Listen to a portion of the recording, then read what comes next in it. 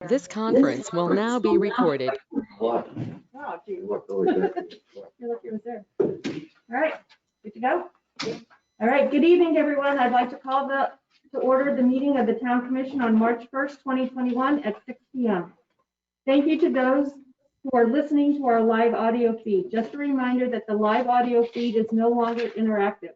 Those who wish to make public comments during the meeting are encouraged to attend in person in our socially distanced chambers or send comments to the town clerk prior to the meeting. Commissioner Bessler was unable to join us in person this evening due to extenuating circumstances. He may attend virtually if the commission allows it. Would I like to have a motion to allow Commissioner Bessler to attend? So moved. Second, that is a motion by Vice Mayor Cos, a second by Commissioner Vishalak. All those in favor, please signify by saying aye. Aye. Motion carries unanimously. Town Clerk Armstrong, will you please call the roll? Mayor DeHaasa, Present.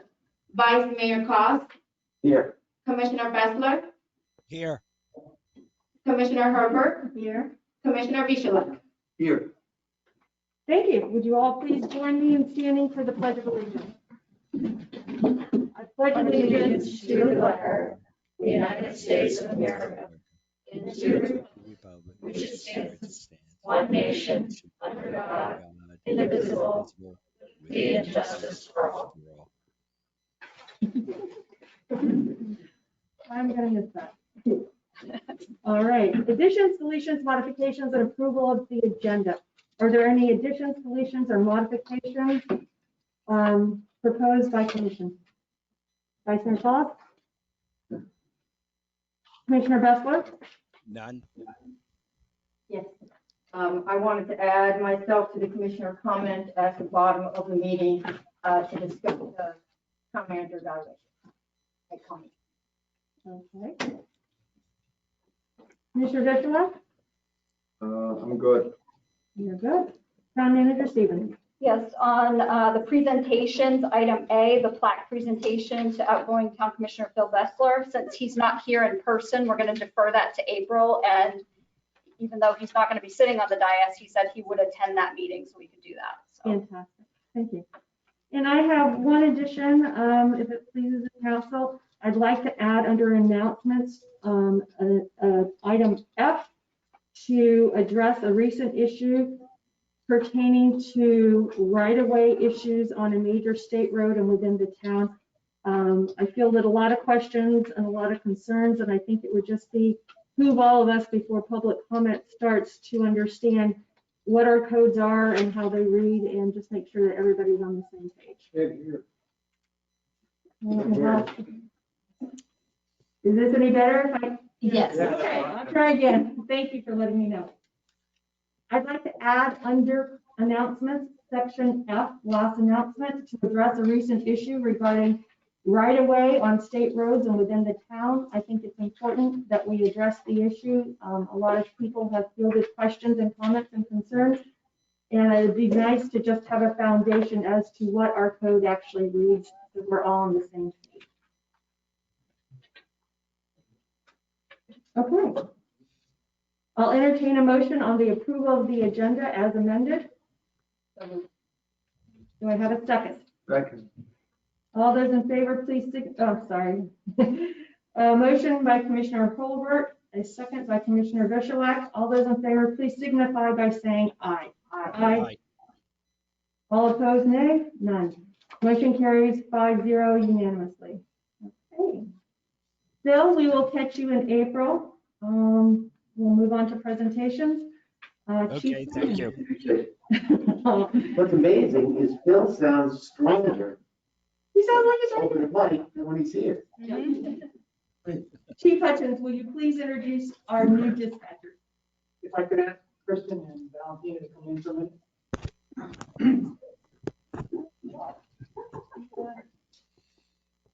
I would like to introduce everyone to our newest full-time dispatcher, Valentina Klaus. Hi, everybody. She joined us last week.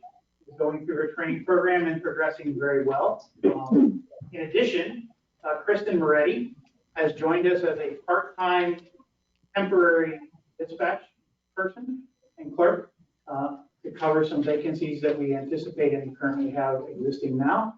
And I would like you to welcome both Kristen and Valentina. Welcome. I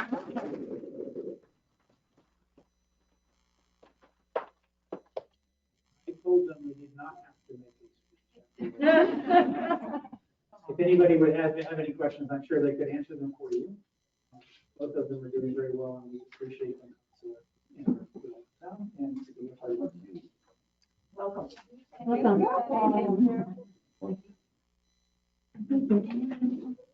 Thank you, Chief.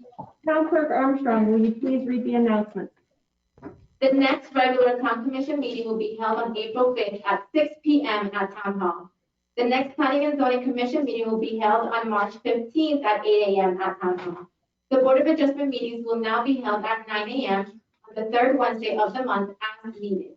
The next Secretary Sewer Citizens Advisory Committee is meeting to be determined. The annual municipal election will be held on March 9th, 2021. There are 2 town commission seats open for a 3-year term. Qualified candidates appearing on the ballot are Carolyn Cassidy, Christine DeHassett, John Kramer, and Jeff Pugh. The town commission will consider appointments to the following board positions at the May 3rd, 2021 town commission meeting. Board of Adjustment, 2 regular members for a 3-year term. Planning and Zoning Commission, 2 regular members for a 3-year term. And Planning and Zoning Commission, 1 alternate member for a 1-year term. Interested residents must be registered to vote in Ocean Ridge and submit a resume and letter of interest to the town clerk by the deadline of April 21st at 3 p.m. Incumbents are exempted from the resume and letter of interest requirement. Residents who wish to sign up to receive important town notification and news through Civic Ready should sign up on the town's website or call Town Hall for assistance. Next on the agenda is public comment. The mayor will invite the public to speak to the commission on any item that is not printed on the agenda. Public comments are on a specific agenda item may be made later in the meeting when the items are taken up. There is a 1 time per item, 3-minute individual limit for public comment that will be timed by the town clerk. Public comment is not meant to be a question and answer period. There will be no dialogue. Anyone wishing to speak during public comment will approach the podium and state their name and address for the record. All comments shall be directed to the presiding officer of the meeting and not to individual commissioners, staff, or members of the public. The commission would like to remind everyone that language includes profanity or cursing which is presented in an aggressive or threatening manner towards the town commission staff or other members of the public is prohibited. Those addressing the commission shall avoid personal attack against anyone, and the presiding officer has the authority to remove individuals from the commission chambers if such conduct persists after the presiding officer provides a warning that the individual is in violation of this policy. All right, thank you. Town Manager Stevens, would you like to give us the background on right-of-way within the town? Yes, so there have been some recent questions based on some code enforcement that was recently done on A1A. On February 23rd, staff received information that there was an encroachment in the right-of-way on A1A. Code enforcement officer was notified to do an inspection and a report, and when he arrived, he observed the violation pursuant to our town code section 34-163 and issued a notice of violation to remove some plantings and rocks from the right-of-way by February 24th. The owner of the property called to speak with me that day, and I informed her of the process to correct the violation, which would be to either remove the plantings and rocks or go through the proper procedure of applying for a right-of-way permit as per town code. She asked for my assistance in asking the building official to delay the removal of the plantings and rocks while she was in the process of applying for the right-of-way permit, and I told her that would be no problem, I would do that. I notified the building official of our plans, and he agreed that that would be acceptable. The property owner indicated that she would be sending her husband in the next day to apply for the right-of-way permit so we could clear that violation. However, that did not happen as far as I know. I checked with Lisa this morning, and right-of-way application had not been picked up. The next day, the police department was out doing their rounds. They noticed that the plantings and rocks had been removed, and a political sign in nature had been placed there calling for the removal of current town commissioners. I want to mention that town code section 34-163 was adopted by the commission in 2004, not necessarily by current town commission. Town staff is responsible for upholding the codes that the commission adopts. And that is what we did in this case, while also trying to assist the property owner. Our goal is always to work with property owners to achieve code compliance as opposed to doing strict code enforcement. And we will always continue to do that and to assist, because as I said, our goal is always to have compliance and not to do strict enforcement in any case. Are there any questions from commissioners regarding the process and the code regarding right-of-way encroachment? I have one. This is the agreement.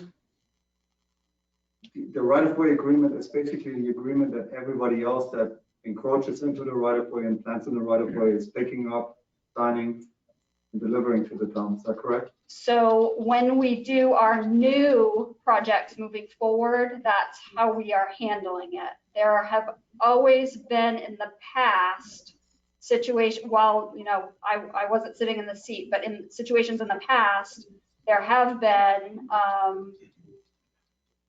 plantings in the right of way without that process being done. But moving forward, and we had this conversation with the commission about code enforcement, that we were gonna start doing it that way so we could try to achieve code compliance. Thank you. To be realistic, Tracy, more than 50% of the homes on the island are in the right of way. So I thought what we decided at our meetings, we're going to kind of let it slide, except for new projects. Well, new projects or new things that came up. So yes, new projects, definitely. And then new cases as they come up, which this was a new case, we would handle it that way. So yes, we're also, as you know, looking at sightline issues in reference to that same code. Okay, I open the floor to public comment on any item that is not listed in the agenda. Please come forward and state your name and your address for the record. I'm gonna go first.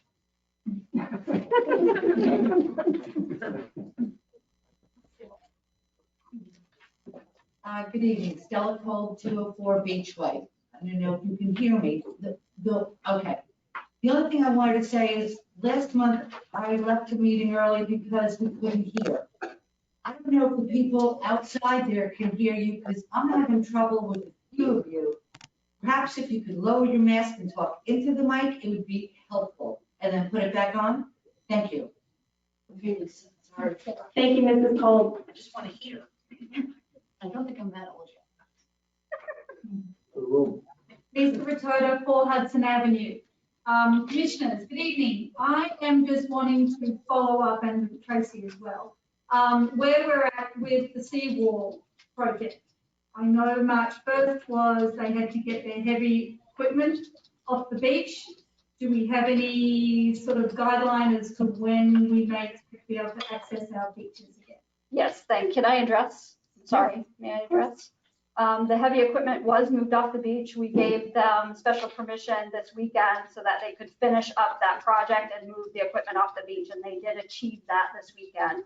As we had indicated at the beginning of the project, we indicated that the project was going to be fully completed by March 31st, and we still think we're on target for that. So, but I am in contact with the contractor, and we're trying to at least get maybe the access way, stairs and everything completed, but I don't know if we're going to be able to do that before March 31st. We're trying.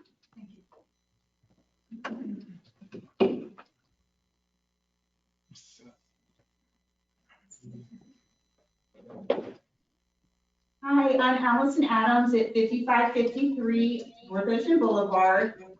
What you guys were talking about, we have a lot of cars where the roads on A1A goes into 2 lanes and it backs up because of the bridge, and everyone drives across our front yard and there's ruts, and it's dangerous and it's a mess, and we constantly have to replace the sod. Last week, I was treated unfairly by the Ocean Ridge Code Enforcement, who showed up on my doorstep with a police officer in a pink slip 2 days in a row, demanding that I remove my pink petunias and dwarf clusia bushes within 24 hours or appear before the magistrate court for sentencing.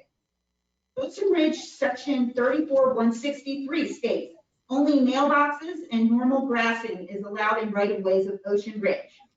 Only mailboxes and grass in a right-of-way is not consistent with neighboring coastal communities such as Palm Beach and West Palm Beach, who have code which allows grass and low ground cover not to exceed 30 inches in the right-of-way. I have the papers down here if anyone wants to see it. The clusia and flowers that I planted would be legal in Palm Beach. Why is it illegal in Ocean Ridge? When I spoke to the town manager the other day, Tracy is so sweet. She wasn't completely sure of the Florida Division of Highways rules in regard to the right-of-ways.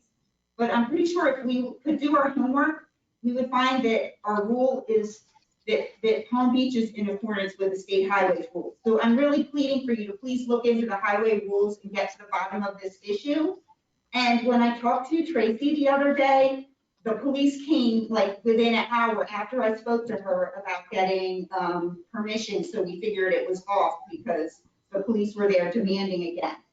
Section 34-164 is another town code that states that the town manager is authorized and empowered to notify in writing the owner of a property encroaching on public right-of-way and ask them to remove or alleviate the obstruction or encroachment. Such a notice shall be registered by certified mail addressed to the owner occupant at his last known address. So I just was really upset. Why did I not receive a certified letter? But instead, I received a visit by code enforcement and a police officer for this issue. Town code states that I'm supposed to receive a certified letter. Instead, I felt very fearful and threatened in my home by this visit when I should have just gotten a letter. So lastly, when I spoke with the town manager about how I could keep my plantings, she told me that I would need to pay a $50 application fee. Like I said, then the police came. I also felt like the $50 was unfair because these were just little petunias and some little bushes that weren't going to go over 2 feet tall. But one thing that concerns me most was like that I was assured that I'm not the only one being targeted and that they're going to be coming after everyone else in the town for breaking these types of rules in the right-of-way. And so I'm just concerned for the whole town. And then now I'm a little confused because Steve was talking about how everyone else was going to be able to keep their plantings in the right-of-way, just not me, because I recently bought and didn't know that I couldn't do the same thing as everybody else. But I just really think if we could look into the Palm Beach County code, some of the neighboring ones, you find that you could put vines, ivy, ground cover that's not just grass, flowers, things that don't go over 30 inches. That may be the rule. So thank you for listening to me and please help me so that I can love this town again. Thank you. Thank you, Mrs. Adams.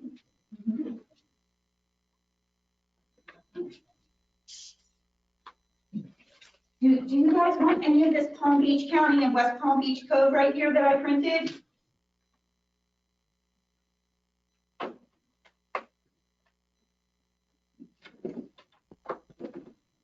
Thank you.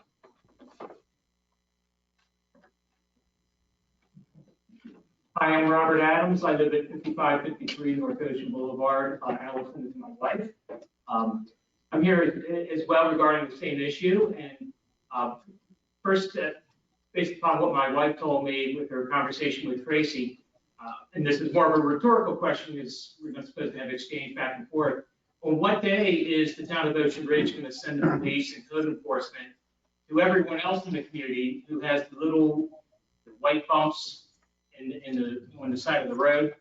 Because if they're not, it really seems quite selective and targeted, now specifically. And to be honest with you, that's the tone in which I took it personally. Let me add to that as well that there's consequences for every action that we take in the community, including in the right-of-ways. With nothing in that right-of-way to prevent everyone who doesn't live at Ocean Ridge from driving on our yard and putting deep ruts in the road. Is the town ready for a lawsuit when someone on a bike comes by and goes off the road in that area? Because I can tell you, by the end of the rainy season, you're going to have a 1.5 foot long trench directly along the road there. And I'm not going to do anything to help it because it's not my responsibility. And I'm not even allowed to touch it from what I've been told. other than putting a little bit of grass in there. And I'm just not gonna put fourth or fifth round of sod in that area. I'm just not gonna do it because it won't last a week. So if there's consequences, who's gonna take care of it? Because I guarantee you, someone's gonna fall in it, a bike's gonna go in it, and then the town's gonna be facing another lawsuit. Thank you. Thank you very much, Mr. Adams. Mayor, I also received one via email from Carolyn Bessler, 5906 Old Ocean Boulevard. A few weeks ago, a contractor for FPL knocked on my door at 8:30 a.m. They had no ID and the truck had no ID. All they had were shovels. They said they were with FPL and needed to connect electric from the transformer on Thompson Street to the junction box behind my neighbor's house, so they needed to dig behind my house. I was never informed that any work would be done. I immediately called the police, who promptly investigated and informed that they were in fact from FPL. Thank goodness I was home to see what proceeded to happen. The contractors dug a trench a few inches deep and about 18 inches from my pool wall through my outside lighting, landscaping, and pest control, and laid conduit through which they were going to push electrical lines to power the homes affected on A1A. I am not an electrician, but I do know that water and electricity do not mix. I called town hall and informed Kathy as to what was going on. She assured me that she would let Durrani, the building inspector, know what was going on. Durrani left a card on my front door later that day, and I received a call back the next day. He took the time to research the building code, and by the time we spoke the next day, he had all the information of who I should call at the Florida Public Service Commission to get this investigated. He let me know that FPL did not need to go through the town for permitting, the state governed them. He made a site visit to my backyard and was shocked that they not only did they lay conduit for high voltage lines alongside my pool wall, but also on my property, not in the easement. He made a follow-up call to the PS Commission, who forced FPL into compliance. They came out the next day, which was a Saturday, and rectified the entire situation. On Monday, Durrani followed up again with me in person to make sure that FPL followed up. I said, yes, they did, and he asked if he could see what they did. He wanted to make absolutely sure they did what they said they were going to do. I would like the commissioners to know that our new building inspector, Durrani Guy, is not only thorough and efficient, but also very professional in how he handled this situation. He researched the code and followed through until the code was carried out to completion of the job. This was a very serious situation that could have had dire consequences for me and my family. I would like to offer my thanks and gratitude to Durrani for a job well done. Thank you, Mrs. Bessler. Congratulations. Mr. Cox. I'm Dr. Ted Dakota. I live at 4 Hudson Avenue. And I have a lot to say, but I'm going to spare you the brunt of it tonight. But what I do want to say is the following. I've lived in Ocean Ridge on Sailfish Lane. I lived in 1983 through 87. And then I've lived on Hudson Avenue from 87 to present. I've been here a long time. A lot of changes in town. We're in a very different climate politically and with a lot of extra regulations now. It's very frustrating to some of us that have been here for a long time. What bothers me is we seem to be very fractured. What I mean by that is it's more the citizens against the town, and it should be the town and the citizens working together. I understand the necessity and the importance of some of these regulations, especially with the new construction that's going on. I think some of them are overweighted construction and houses that have been here for years and years. I'm going to leave it at that for tonight. But some of you know I got an issue going on that I am very upset with and uncomfortable with. And I don't like the way it's being handled at all. We need to have unity in our work, regardless of our political backgrounds. Thank you, Dr. Rosado.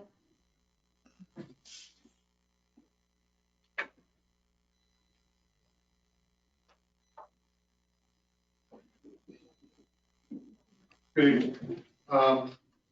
Bruce Hendon, 5 Sable Island Drive. I'm here on behalf of the residents of Sable Island.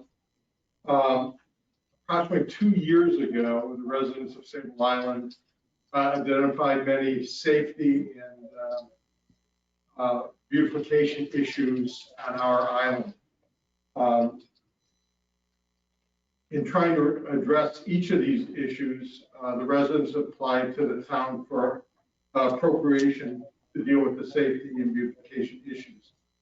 The commission was approved monies, and I felt that an update on our progress is due.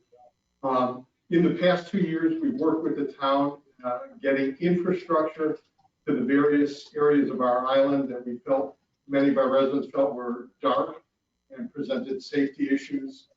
And we have contracted, we dealt with FPL, we've dealt with getting the electric to the smaller islands, areas in the back part of Sable Island and the front part of Sable Island to get electricity and to get water.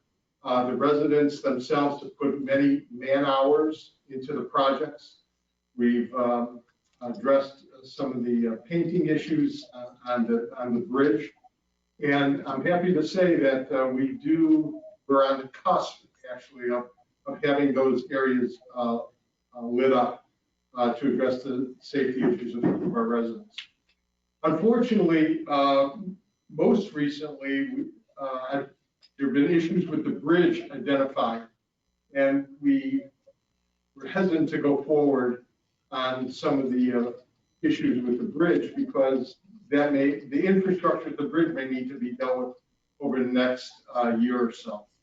So we have matched the funds as requested by the commission, and that's where it stands. AJ, do you have anything? Yeah, just a couple of things. So I'm AJ Emanuel. I live at 53 Sable Island Drive, and I'm here as well on behalf of the Sable Island Committee on Safety and Beautification.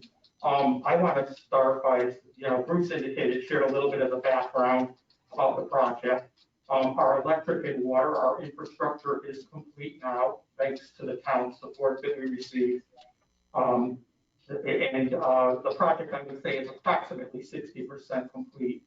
In addition to what Bruce said, the lighting has made a significant impact, and the residents are very pleased with the additional lighting that we've added to the island and the triangle areas. As Bruce mentioned, we've got more work to do on the bridge. I want to thank you, Mayor, and thank all of the commissioners as well for their support. I was here several months ago requesting funding, did a significant amount of work, which was recognized by some of the commissioners, which was greatly appreciated. And we brought that work to fruition, and we're doing it to the budget and to the plan that we've committed to do it to.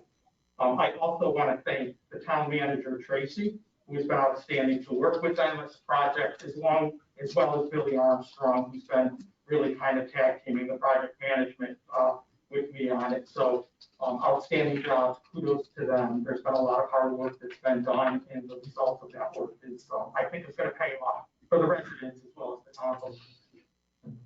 Okay, thank you, Dr. Hendon. Thank you, Mr. Emanuel. What they failed to tell you is if you are anywhere near Sable Island, there is now a dog watering hole that has been placed in one of the islands, and we get a lot of, like we do on Old Earthman Boulevard, we get a lot of traffic, a lot of walking traffic, and we seem to be now walking traffic and dog park combined, so it's actually fun to see. So, thank you. Any further public comment? Okay, seeing none, public comment is now closed. What's happening on the phone? It might be Commissioner Bessler. Commissioner Bessler, are you there? Yes, I'm here. That's going to be a background noise going on. Yeah, I just muted him. Okay. All right, Town Clerk Armstrong, will you please read the consent agenda into the record? Adopt minutes of the regular town commission meeting of February 1st, 2021. Authorize town manager Stevens to expend funds up to budgeted amounts for outside legal counsel in FY21.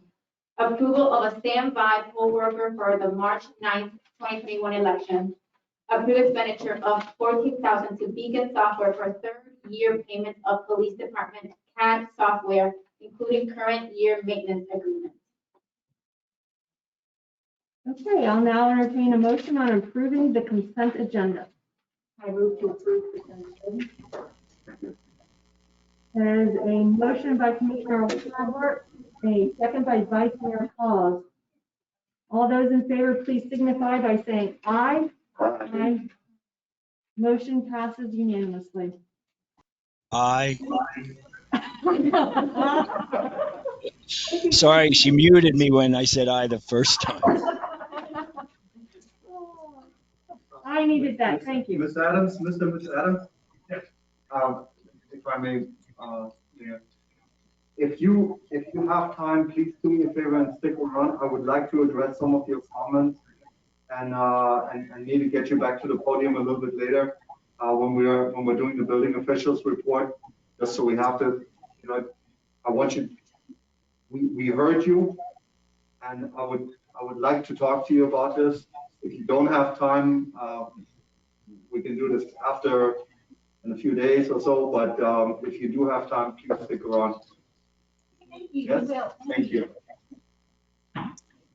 Thank you, Commissioner Black.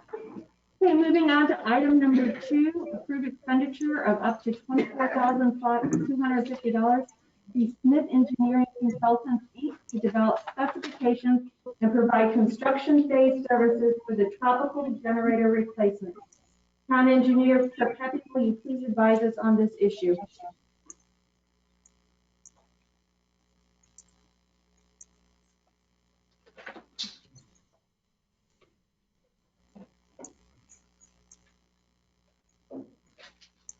Good evening, Mayor, Vice Mayor, Commission. This is part of a budgeted item, which involves the replacement of a smaller, older generator that is being utilized for the Tropical Drive stormwater pumping station. Now, the Tropical Drive pumping station is considered part of the South Phase project, which takes care of pretty much a third of the south end of town. The old generator is being replaced with an upgraded newer generator that the commission approved as part of the capital improvement plan for the fiscal year 2020-2021 budget. In order to do that, we would have to make the switch from the older generator, which we would reuse, to Coconut Lane, which needs a new generator, which is a smaller pumping system, and then replace that with a new generator on Tropical. In order to do that, the control panels have to match the way the generator runs is the way the control panels have to run and the transfer switches. In order to do that, we need an electrical engineer to make sure that the system works seamlessly and without any transition, if you will, if the power goes out and we need the generator in order to continue with the pump station. So in order to do this, Larry Smith, who was the original electrical engineer for a very complex and customized system, is going to, if the commission approves, be utilized again to create a spec for the new generator, and then a specification for the generator that's going to be reused for Coconut, and also a specification for the generator itself. It was his idea to purchase the generator, for the town to be proactive and purchase the generator so as to save taxes and contractor markup. So once we buy the generator, then he will again assist us in the bidding process to make sure that we find a proper contractor to physically make all these changes. But hopefully I explained it somewhat. Yes. Thank you, Mrs. Sterpeppe. I'll now open the floor to public comment.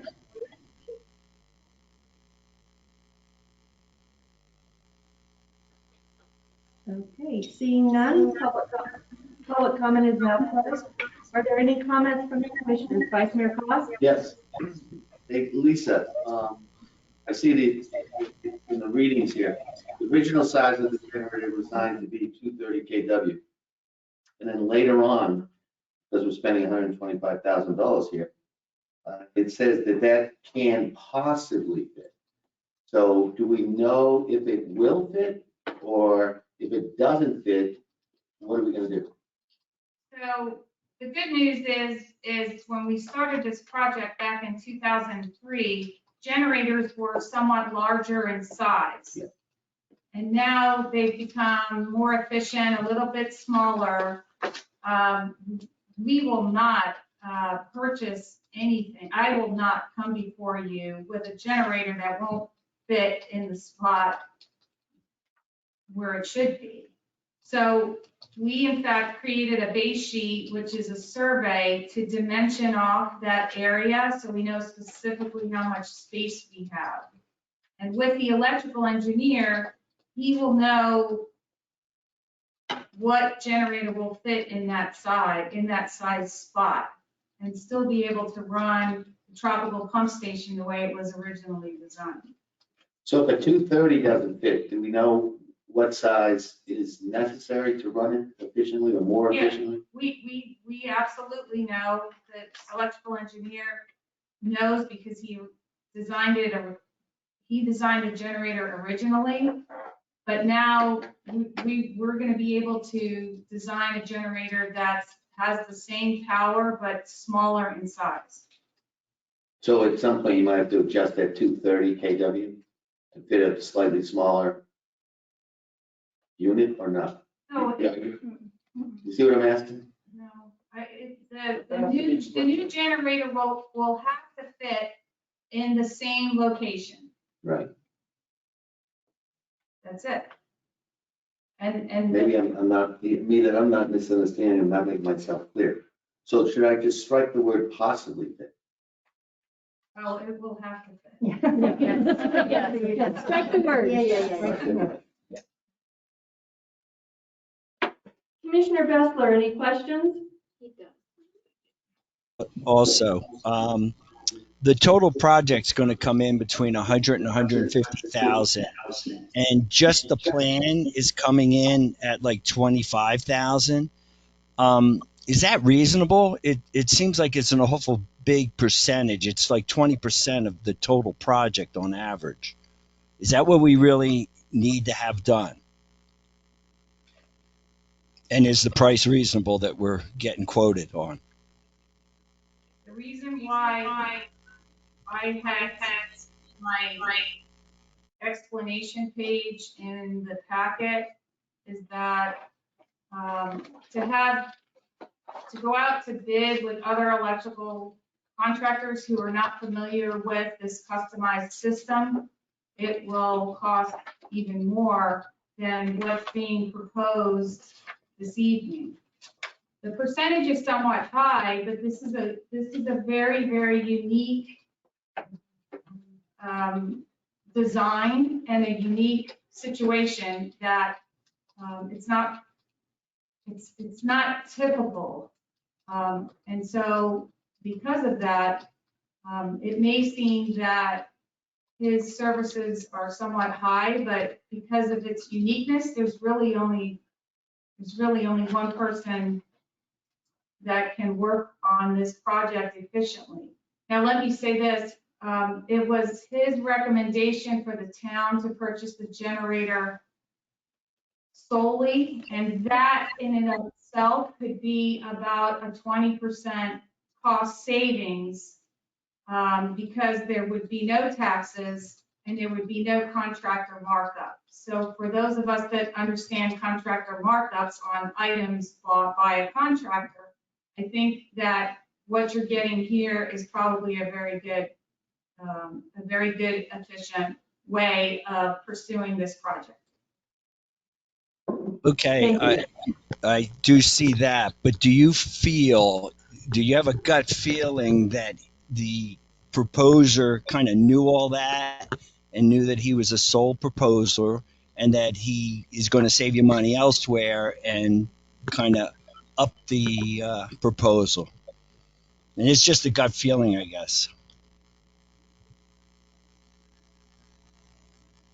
I don't necessarily feel that way. This is a process broken down into two different phases. The first part has to do with the design of actually two different pumping stations and then the generator itself. The second part has to do with monitoring the contractor and monitoring the construction to make sure that the system, the electrical system, works properly. There are not many people that have that skill set. I can tell you, I do not have that skill set as a civil engineer. I would not feel comfortable doing the inspections that he would be doing to make sure that the two systems, those two pumping stations, work properly.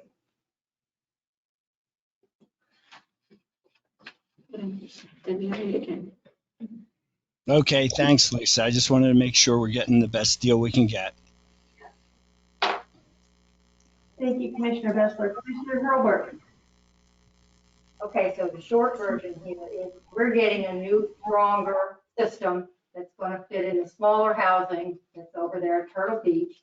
Our old system, which is not doing the job for Tropical, which is an important job to do down there, is going to go to Coconut because Coconut's done with it. So we're basically, this guy's been working on our drawings and specifications for a long time, the gentleman, Mr. Smith. I'm reading his consultations. It all looks like he's got it right there. And we are basically getting the discount again from him going directly to the manufacturer. So we pay for the 15.5 for the specification, cost estimate, documents, bidding, and then we also give the 87 extra for construction phase services, including the meetings, the drawing, the shop, the operation, the maintenance. Right? Thank you. Yes, that's a good summary. Okay. From that, I have no questions. It's good to me because I know it needs to be done. Commissioner Vishla? I share Phil's sentiment that this is a very high cost in engineering services for the project.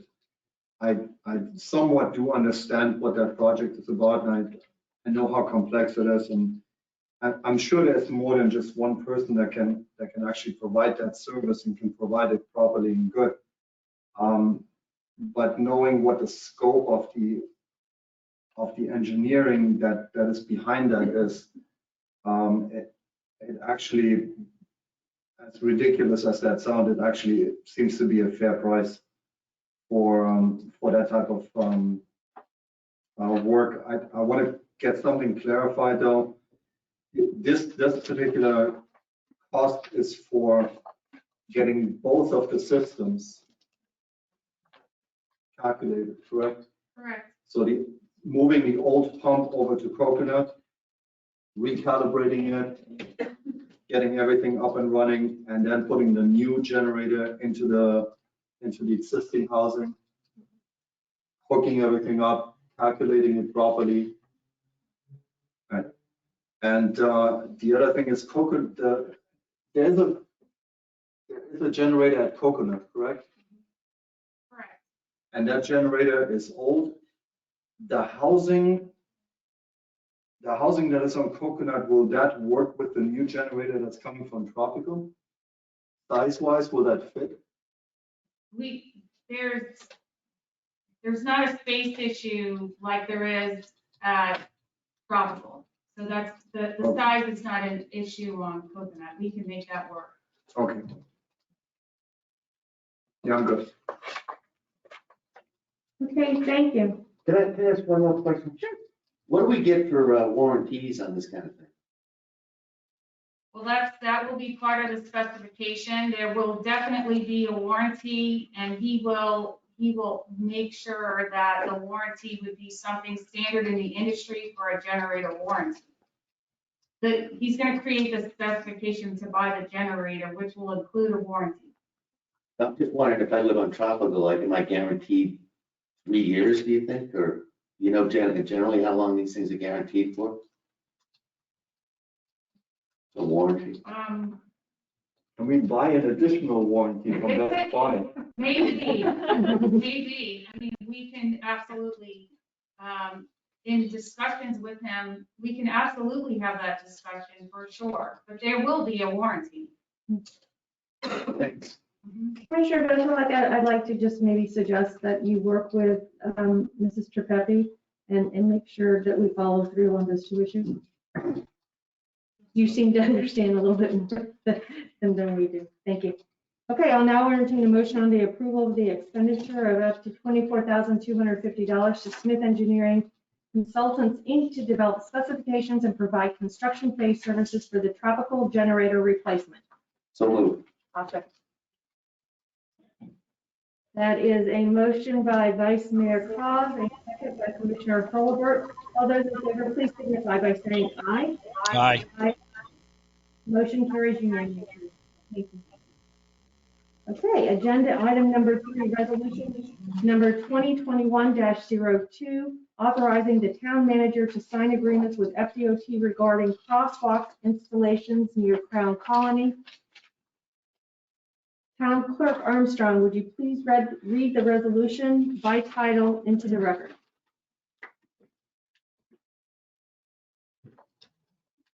Resolution number 2021-02, a resolution of the Town Commission of the Town of Ocean Ridge, Florida, approving a pedestrian crosswalk project, Fayette Drive / Crown Colony Club, authorizing the town manager to execute the agreement with the Florida Department of Transportation for the project and all related and necessary documents, providing for an effective date and for other purposes.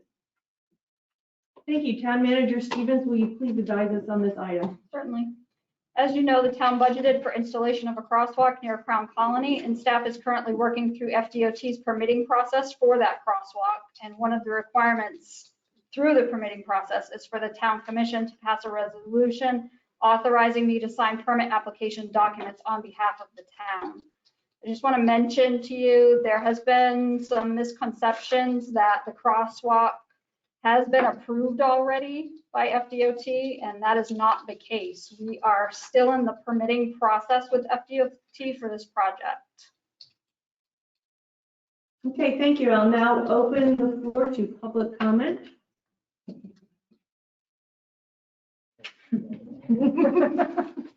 I see you.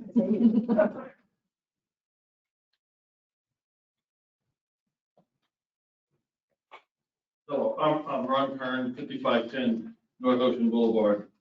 We're in our third year of this right now. The most recent, let's say, obstacle for us is the amount of lighting that's on the street.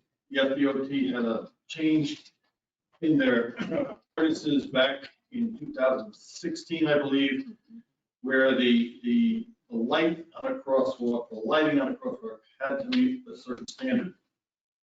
It's been our understanding that the engineering study done by our electrical engineer has shown a number that is not sufficient to meet that new requirement.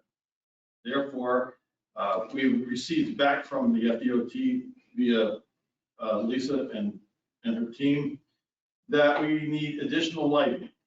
Our first shot was to ask FDOT to put a brighter bulb, which is right by that particular crosswalk.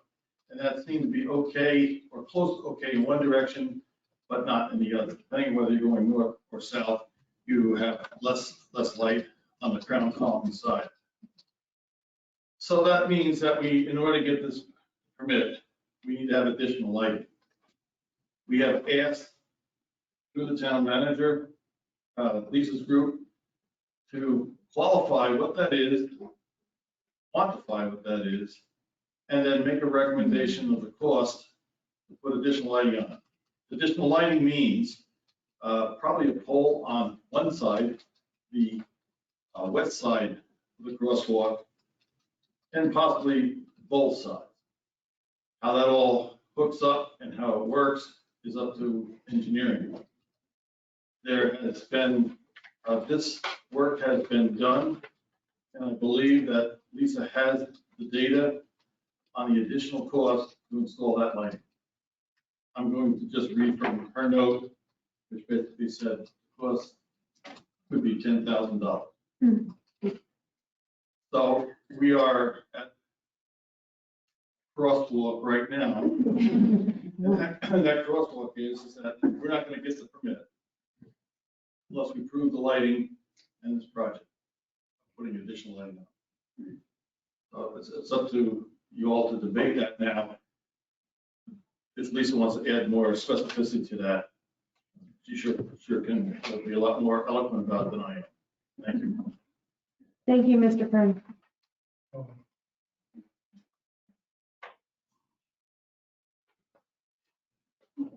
I'm Sarah Mazeroff, president of Crown Colony. Some of you know me, or you wish you didn't know me. I can understand that. 3 years, I'm promising my people that they could cross A1A, which has become treacherous. Now, Ron Kern is a disabled Vietnam guy, and he's relatively in good shape compared to some of my citizens. All right? Now, I appreciate all the effort that the commissioners have made over the last 3 years. So my question, Tracy, is if we get this lighting put in, okay, are we to go with this project? Again, we're still in the permitting process, so we have to find out from FDOT what all of their qualifications are going to be. The lighting is definitely one of them. We received an estimate of cost from one lighting expert. About 10,000. But only one. For the pole. Right.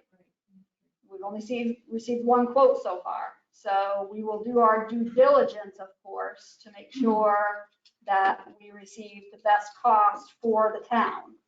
Now, after we put this light in, are they ready to let us complete this project? Or would the state prefer that one of my citizens, one of the unit owners between Crown Colony, it's not only Crown Colony, it's the yacht club. Together, we have about 200 units. At any one time in the height of the season right now, I could have 100 people trying to cross that to get to the beach. I mean, this is why people bought over there. So we have the easement to go to the beach.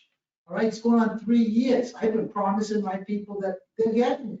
So my question is, after you appropriate the funds, we get this light, are they going to be satisfied? I can't answer that question. We're still going through the permitting. I know, we're still going through the permitting process. We received our comments and we're addressing those comments now. We think that's going to be the only obstacle, but I can't give you 100% assurance that that is accurate. Because that's in the hands of FDOT. But Mr. Mazeroff, you do know that staff has been working very hard, as has your commission and elected officials. So I know that. We appreciate that, and nobody wants to see any injury whatsoever. You know that. It's very frustrating. Agreed. For all parties. Agreed, for everybody. I know you guys have put a lot of time, effort, and money into this already. It's just amazing that, we're getting this obstruction. Again, to the best of my knowledge, it was only recently that we realized that there was this particular code change that required this lighting. Right? Yes. And we would have appreciated, I think all of us would have appreciated if we knew this, back when. And I can tell you, my sense is that the State Department of Transportation isn't going to always provide us with this information. Okay. Thank you, Mr. Mazeroff. Is this Cole? Stella Cole, 204 Beachway.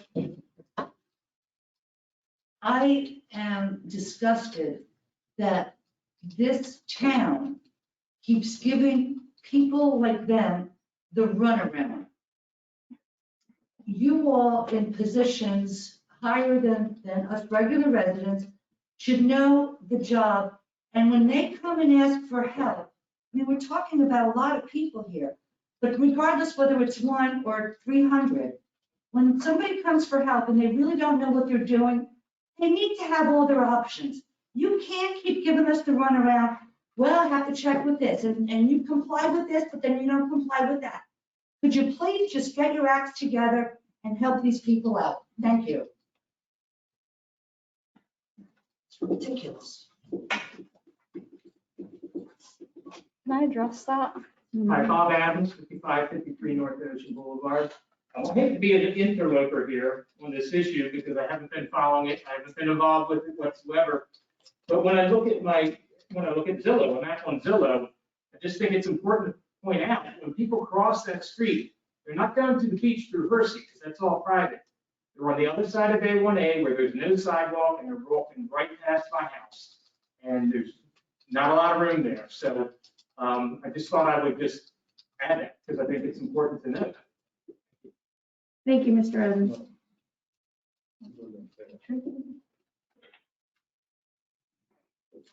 Town manager? Can I address Stella? Sure. I just want to address Stella's comments.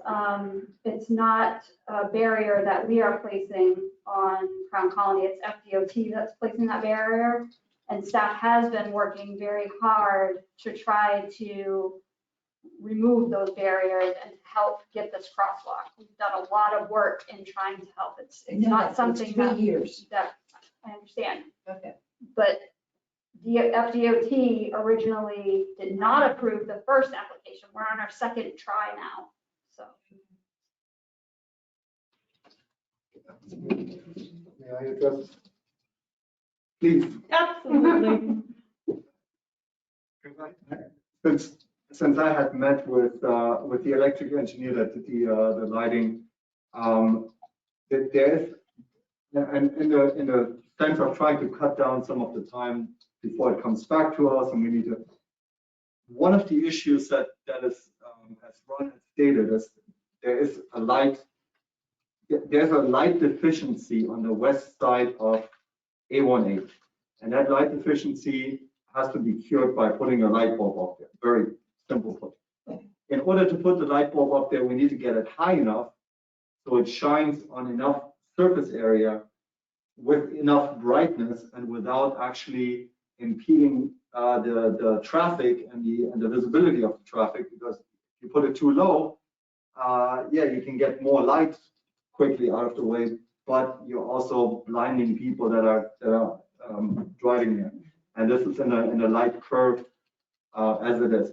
So one of the issues that the engineer had suggested at that time was that, well, either FPL can put a light pole up in the right of way and then string cable across the street over to the existing light poles, in which case we have to get FPL involved to put the pole there and to put a light fixture up and somehow reach an agreement with them as to who's paying for this additional light fixture and electricity and whatnot.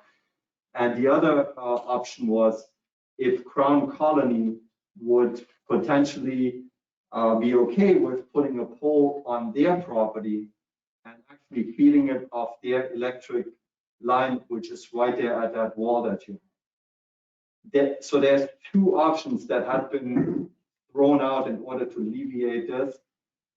If the gentleman from Crown Colony, if you guys can maybe discuss this, and if there is an interest from Crown Colony to say, yes, we're okay with putting a light pole on our property in order to get that crosswalk lit up, then that might be a faster approach than going with FPL. If I could get this done, we'll split the cost. You could put the light pole right through my unit. I don't want to do it. Okay, I mean, you know, it's going on again. I'm going to repeat it. It's 3 years. You want to put a light, whatever you want. I'll get the board to approve it. It's a safety, it's a health issue. I mean, there's no question about it. Okay? So, I mean, this is all new what you're telling us. So I don't know. Well, Lisa knows. I was actually out there at night doing the light study with them. I was helping them doing the physical light study. So we're walking around with the light meter and doing readings I appreciate on it. all these But different. if the only thing holding this up is putting this on our property, I'm sure that I could get the planning board to approve. If the only thing holding this up, the 10,000, is you need us to split it with you, we'll split it. I don't think that that's gonna be an issue. We'll figure out a way how to get it done. I appreciate it. You're gonna get in touch with Ron and, So Salem and Ron brought up an interesting question at the beginning of this discussion. I've been involved in this for, wow, Salem was right, a long time. So I don't understand why FDOT can't tell us specs that need to be accomplished. And then our lighting engineer comes in and says, this will accomplish the specs. My understanding, in the beginning, they just about passed it without the lights. They said it looks okay, which then now frustrates everyone. Because then they came back and said they wanted an illumination, downward illumination study. Sounded pretty harmless. Then after that was done, which again seemed pretty reasonable, and FDOT seemed to be saying you'll be okay. Then they hit us up with a sheet of, what was it, 20 questions and 20 obstacles out of nowhere. Okay, and this happened about 2 months ago. So I don't understand, at this point, FDOT is, I hate to use the word runaround, it's a bureaucracy, they can't get out of their own way. Every single person in there has to sign off on it. But at this point, to go to FDOT and say, what are the specs we need for the downward illumination? And then we come up with our engineering plan before we install anything and say, does this do it? And they sign off. They did give those specs to us. So- Lisa has those. We don't need to spend any money other than the plan at this point, the lighting plan. And then send it back to FDOT and they sign off and they say, this is it, guys, you're okay now. It's fully permanent. We already the problem, Steve, is there's a light missing. I know that. And I've been involved in this for what, 18 months, 2 years? So we have to get a light in. Right. We almost got it through with just the light on the east side. Right. And then they suddenly decided, somebody in the chain suddenly decided that we needed the light on the west side. Well, no, we didn't. No, that's not really accurate because what happened was they made us do a lighting study. Right. And that's what we did. And then the lighting study didn't meet their, Which the caused us to qualifications. now need light on the west Correct. side. That's just what I exactly correct. Just said, Teresa. So my point is, you go to them, they gave us the specs, our engineer goes back to them with the specs will be met by this structure we're gonna install. And then we get a commitment from them. Permit. In other words, they check it and say, with you doing this, we will give you no more obstacles. Because it does seem, to Sam's point, every time we turn around here, we get some bureaucratic obstacle out of nowhere. I mean, for instance, when we started this, why didn't FDOT tell us, oh, by the way, the codes changed for us in 2016? well, that would have been nice, That would have wouldn't been it? extremely helpful. That would have They been didn't. helpful. They waited to spring it till the end. Yes, agreed. So we do have a list of items that we have to comply for our permit, and Lisa and Tara are working on that list. So we hope that once we submit all of that with the application, then that's it, and they can approve it and we can move forward. We hope. Okay, let me just say that we're working with the Florida Department of Transportation. This is a state road. Yes. That changes everything. What seems like such an easy, normal situation that we should have been able to work out, all goes into the blender with this. As you said, every time you go forward with answering their questions, it all comes back. It's bureaucracy at its worst. But you can't do any more but wait for them to come to you with their next. So we are doing, right? We are moving forward and being as proactive as we can. And unless we know somebody up there that we can start planting trees, that's how they work with these state roads. And it's a nightmare for you because this is something important. We're talking, like you said, life and limb. Yeah, well, if I can address that, Mayor. So if we get more bureaucracy in our next phase after we submit this, we can use the tack that we took before in trying to reach out to our representatives to give us a hand. Right. Susan, to your question, I contacted Mike Caruso, he's been down there twice, Right, I know. fully supports us. Yes, And he he's does. Everybody very supports keen. it. It's just Tallahassee is where we're having the issue. Would it make sense at this point to actually discuss the additional, because we had this is a budgeted item, that we had a $10,000 set for this crosswalk, and between the electric light study that came a little bit out of the blue, and the actual cost of what that walking path that it needs to lead on to, we were pretty much with the 10,000, we were pretty much right there, maxed out. So now comes the light pole and comes additional cost. Should we take this into consideration right now to potentially say yes to an additional 2,000, 3,000, 5,000, whatever? Thank you for your comments. I think at this point, though, what this resolution is doing is giving the town manager the authority to sign the agreements. The agreements will specify what it is, therefore what the cost will be. So this will definitely probably potentially have to come back in front of commission once we have those specs, once we have those hard dollars, once we have that wonderful offer from Nazaroff to potentially help us. Okay? You want me to write the check now? Okay. Can I say something? Sure, absolutely. Oh, okay. Thank you. I agree with Salem and Ron. This has taken 3 years. I don't know if you remember, Christine, but this was one of our first issues when we first got on the commission. So it has been dragging out. But one of the things we've been doing over time, and I think you did it at Sable Island, was that the residents would put in some money to keep a project going. And this is going over budget. So I think you should, when Salem offers money, you should take it. I don't think you're going to get the offer a second time.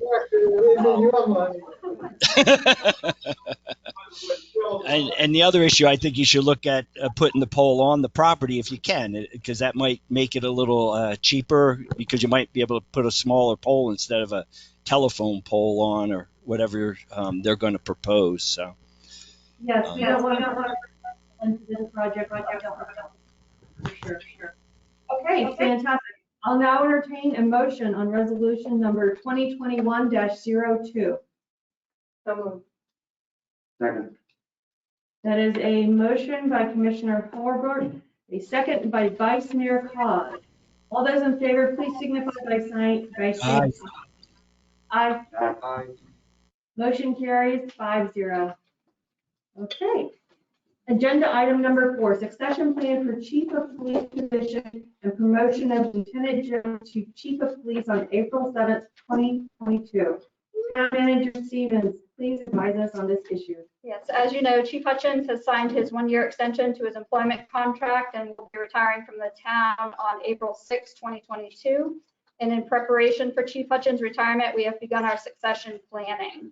Over the years, we have created a culture within the town administration that fosters career advancement and awards superior employee performance. With that being said, Lieutenant Jones has exceeded all expectations in job performance and has excellent community relations. And Chief Hutchins has highly recommended that Lieutenant Jones be promoted to succeed him. Chief Hutchins has been preparing Lieutenant Jones for the position of Chief of Police for the past couple of years. And I agree with Chief Hutchins' assessment of Lieutenant Jones' abilities and ambition to lead the police department.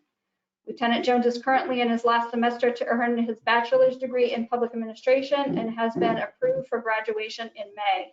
In addition, he will be attending the Southern Police Institute Command Officer Development course from March through July of this year. We will begin our succession plan immediately so the town is in a strong position next year when Chief Hutchins retires. Lieutenant Jones will be included in our internal meetings as well as meetings of the boards and commissions, so he is fully aware of the goals and direction of the town. This will enable us to be in a strong position to move the town forward in a positive direction once Chief Hutchins retires. The promotion letter and bio for Lieutenant Jones was included in your package for review and placed on the website for the public to review.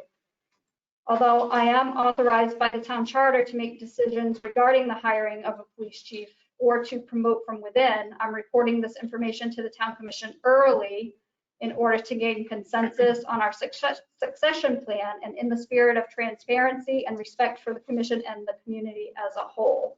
I do welcome any additional comments regarding training or anything additional that the commission would like to see happen before the actual transition happens next year. Thank you. And congratulations, Lieutenant Jones. Thank you.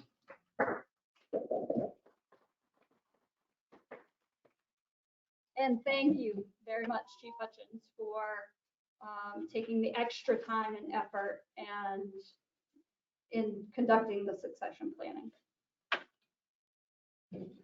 I'll now happily open the floor to public comment.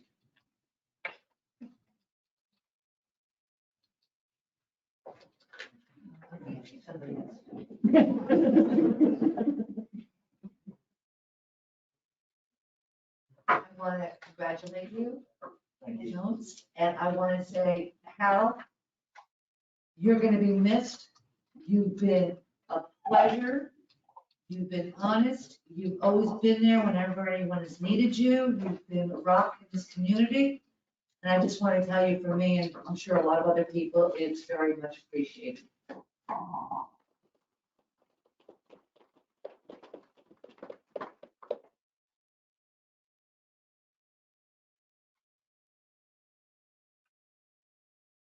Hi, Maya Freeman, 5590A North Ocean Boulevard since 1988.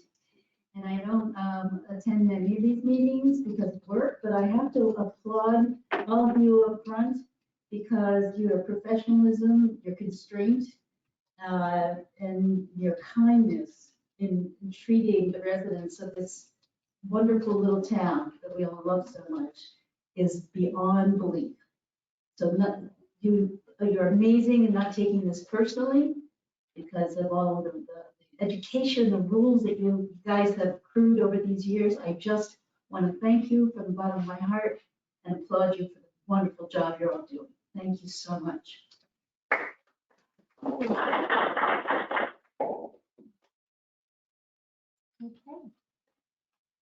Public comment is now closed. Comments from commissioners. Vice Mayor Collins. Yeah, if Richard Jones's bio is on the town website in the packet, and I'd just like to read one sentence that just struck me and shows you what kind of future police chief we're getting here. At age 26, Richard Jones was the youngest law enforcement officer to be promoted to the rank of major. I think that's just a spectacular little accolade you have there. So congratulations. Thank you. Commissioner Bessler. Can you unmute him, please?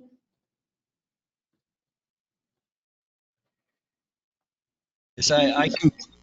Yes, I'm on now. I concur. I think Richard will do a great job, and I really appreciate all the work Hal has done. And it's nice to have this kind of a transition where you hire within because you know the person and you know what a great job they've done in the past, and you know they'll do a good job in the future. So congratulations to both of you. You did a great job already. Thank you, Commissioner Hurlbert. Bittersweet. We're going to make the most of you for the next. Really excited to have Richard come right from within the ranks. I think, boy, we're one lucky little town, I'm telling you. Hi. Same here. I'm very, very pleased that we have a succession that is to the highest standard that we can possibly hope for. I think Ocean Ridge, we couldn't ask for anything else, anything more. And it is to the great work that Hal has done over the years in actually trying to bring this to the standard, bringing us to a higher standard in police enforcement. And thank you, Hal, for doing it. And I'm looking forward to having a new police chief next year. And, congratulations, both of you. Thank you. I don't think much more to say. I echo the sentiments of my fellow commissioners. Hal has a history with the town that we will sorely miss because he knows where the bodies are, how many there are. But in all seriousness, he was the first person that kind of took me under his wing and helped me understand the workings of a commission. And very different when you're on the inside than when you're on the outside, for sure. But I appreciate it. Our level of service with our community policing is enviable by most towns, and is consistent and is fair, and I appreciate it.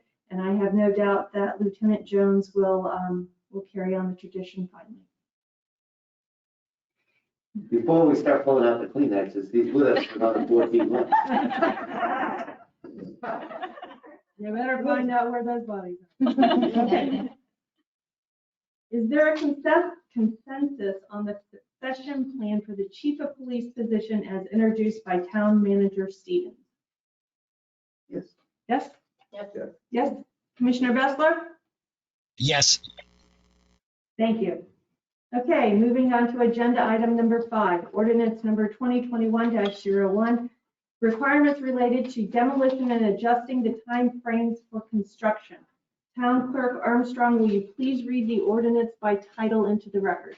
Ordinance number 2021-01, an ordinance of the Town of Ocean Ridge, Florida, amending its code of ordinances by amending Chapter 67, Building and Building Regulations, Article 3, Technical Codes and Other Construction Standards, Division 2, Administration and Enforcement, Section 67-51, Permit Required, to amend the requirements to obtain a demolition permit and provide for penalties, and amending Section 67-52, Commencement and Duration of Construction, to adjust the time frame for construction, providing for codification, repealable constituting ordinances, their ability, and an effective date.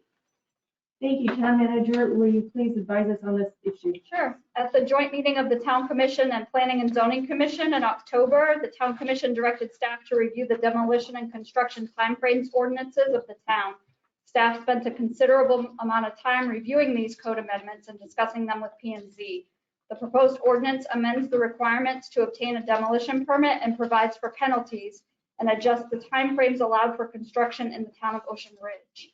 At the last P&Z meeting on February 8th, P&Z recommended approval of the ordinance with the condition that the timeframes be changed from 90 days to 60 days for a contractor to complete the demolition once the demolition or partial demolition has begun, and from 180 days to 120 days for all requirements under Section 67-136 and 67-153 to be completed once a demolition permit has been issued. Ordinance number 2021-01 that is being presented to the Town Commission encompasses those changes, and staff recommends approval.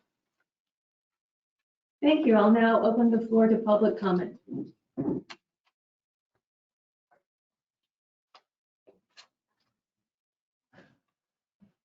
Seeing none, I'll now open the floor to commissioner comment. Vice Mayor Cobb? It doesn't increase fees to the demo or the homeowner. It leaves the neighborhood, less time neighborhood's disrupted, so I think it's a good thing. Commissioner Bessler? Commissioner Bessler, I'm trying to unmute you. Did you unmute yourself? I have no problem with this. Thank you. Commissioner Hurlbert? I think it's great. I get exactly what all comes from. Like you said, less destruction to the neighborhood, shorter period of time, get the job done. And Commissioner Bishop? I'm fully in acceptance with this new ordinance, and I want to recognize how hard P&Z has worked on that. Everybody on the P&Z board, they have discussed this over and over and have taken every pros and cons into consideration in all these meetings. This was really a product of a lot of thought and planning that went into it, and how to make it work. And I want to recognize that this is exactly why we have this P&Z interaction between the commission and the P&Z board. And thank you guys. Great ordinance. Thank you. I'll now entertain a motion on approving ordinance 2021-01 on first reading. So moved. I'll second. That is a motion by Commissioner Beschlack, a second by Commissioner Hurlbert. All those in favor, please signify by saying aye. Aye. Aye. Motion passes unanimously. Agenda item number 6, ordinance number 2021-02, decreasing the height of two-story buildings when FEMA regulations are implicated in adjusting the height of a parapet. Clerk Armstrong, please read the ordinance into title by record only. Ordinance number 2021-02, an ordinance of the Town of Ocean Ridge, Florida, amending Chapter 64 zoning, Article 1 District Regulations by amending Section 64-1 RSF and RSE Single Family Residential District. Amending Section 64-2 RMM Medium Density Multifamily Residential District. Amending Section 64-4 RHM High Density Multifamily Residential District. And amending Article 2 Planned Residential Development by amending Section 64-24 Development Standards to decrease the height of the two-story buildings when FEMA regulations are implicated and to adjust the height of a parapet so that it does not exceed too far above the roof, providing for codification, repeal of conflicting ordinances, severability, and an effective date. Thank you, Town Manager Stevens. Will you please advise us on this item? Yes, this was another item that staff was directed by the Town Commission at the joint meeting to review the building height in reference to the proposed changes in elevation due to the new FEMA regulations. The subcommittee was formed to discuss the town's response to these federal law changes that would be in the best interest of the community and draft an ordinance addressing them. The committee met several times and was given additional direction from P&Z at the January meeting. Based on that direction, staff worked together to draft the second version of the ordinance that P&Z reviewed at its February meeting. The proposed ordinance addresses the residential building height and parapet height. The ordinance would require that the 7-foot NAVD be the point of measurement, and for every foot increase in the floor elevation would cause a decrease in building height by 1 foot from the 36-foot building height maximum, and that flat roof parapet be a maximum of 3 feet above the tie beam in order to address massing. P&Z recommended approval of the ordinance at its meeting on February 8th with the condition that the whereas clause be added that the properties in the flood zone X will not be impacted by this ordinance. And Mr. Guy did a very good job at his training session before this meeting on letting everybody know what flood zone X was. If he wants to say a few words about that, that would be welcomed. And other than that, staff recommends approval. Okay. Mr. Guy, you did do a very nice presentation at 5 o'clock, and thank you for everybody who was in attendance. I think, just paraphrasing, Section X is basically because we are on a ridge, Ocean Ridge, that there are certain houses within our entire township that are exempt from these FEMA regulations. Is that correct? That is correct. And Mr. Guy did ask that and open the door for you to contact either he or Lisa Burns to find out your individual property elevation. It's a interesting piece of software, and it's interesting to kind of see how you look, especially compared to your neighbors. So, and make that offer for the people that were not here at the 5 o'clock meeting. Okay, I'll open the floor to public comment.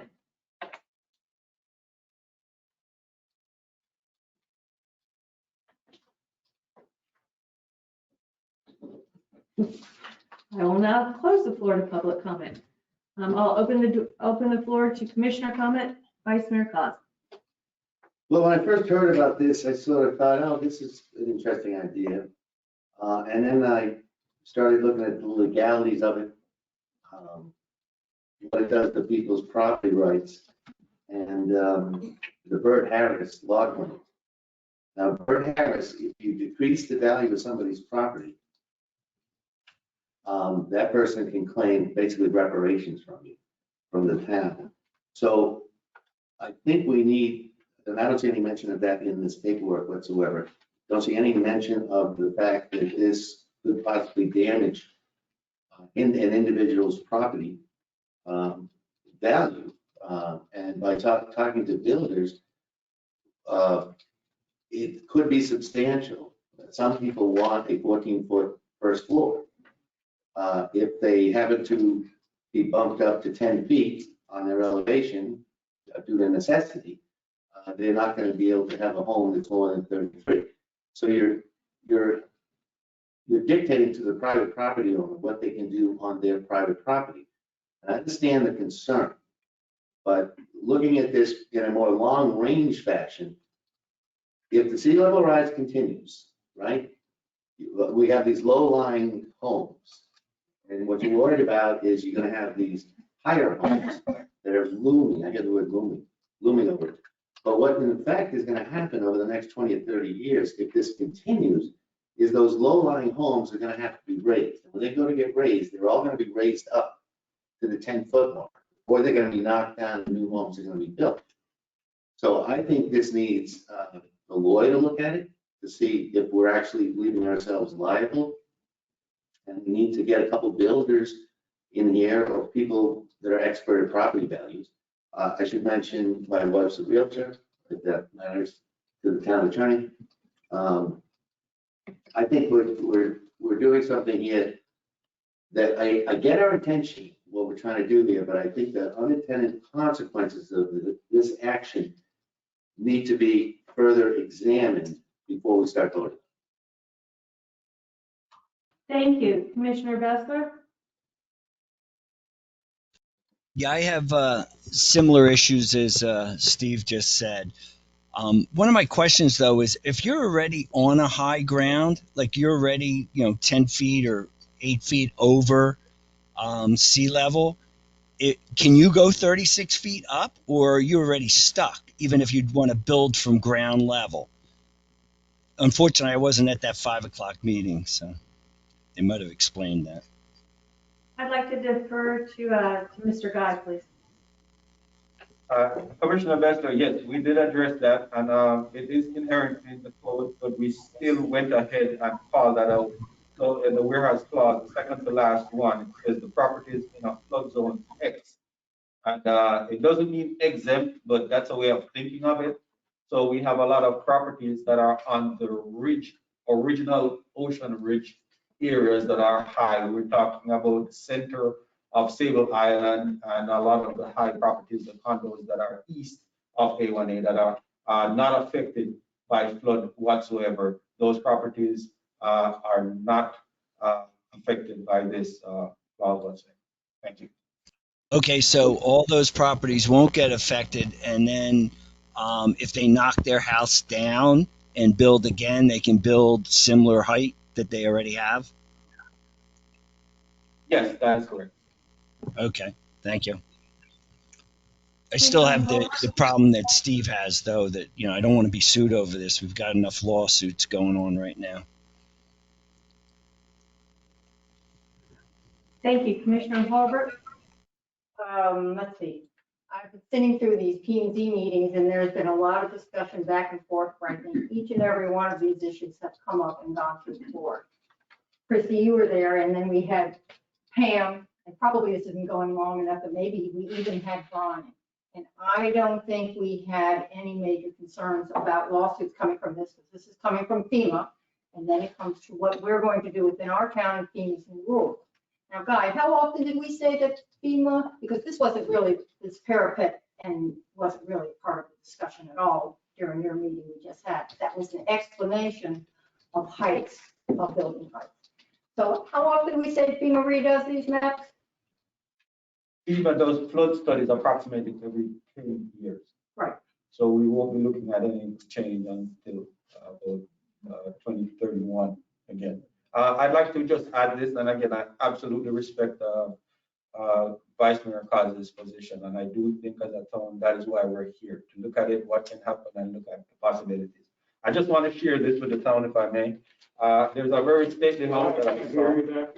There's a very stately house that I just brought in tonight, and the height of this house is under 30 feet. Okay? So, just saying it's a possibility to have a house that is still stately, well proportioned, and it does actually have a double volume entry. I've been in it, and it's very nice. So the height of this is under 30 feet. But the problem with that, Ronnie, to me, is the piece of paper, right? Like, what happens if somebody goes in there and wants their first floor ceilings to all be 11 to 12 feet, which is not unusual in these wealthier communities in South Florida. So that house looks beautiful. It's on a piece of paper. I would want to see this in reality, and I think we really need to get input from builders. You're a building expert, you know more than most of these builders, but I want to know what this does to people's property values. Now, one other question looking down the road.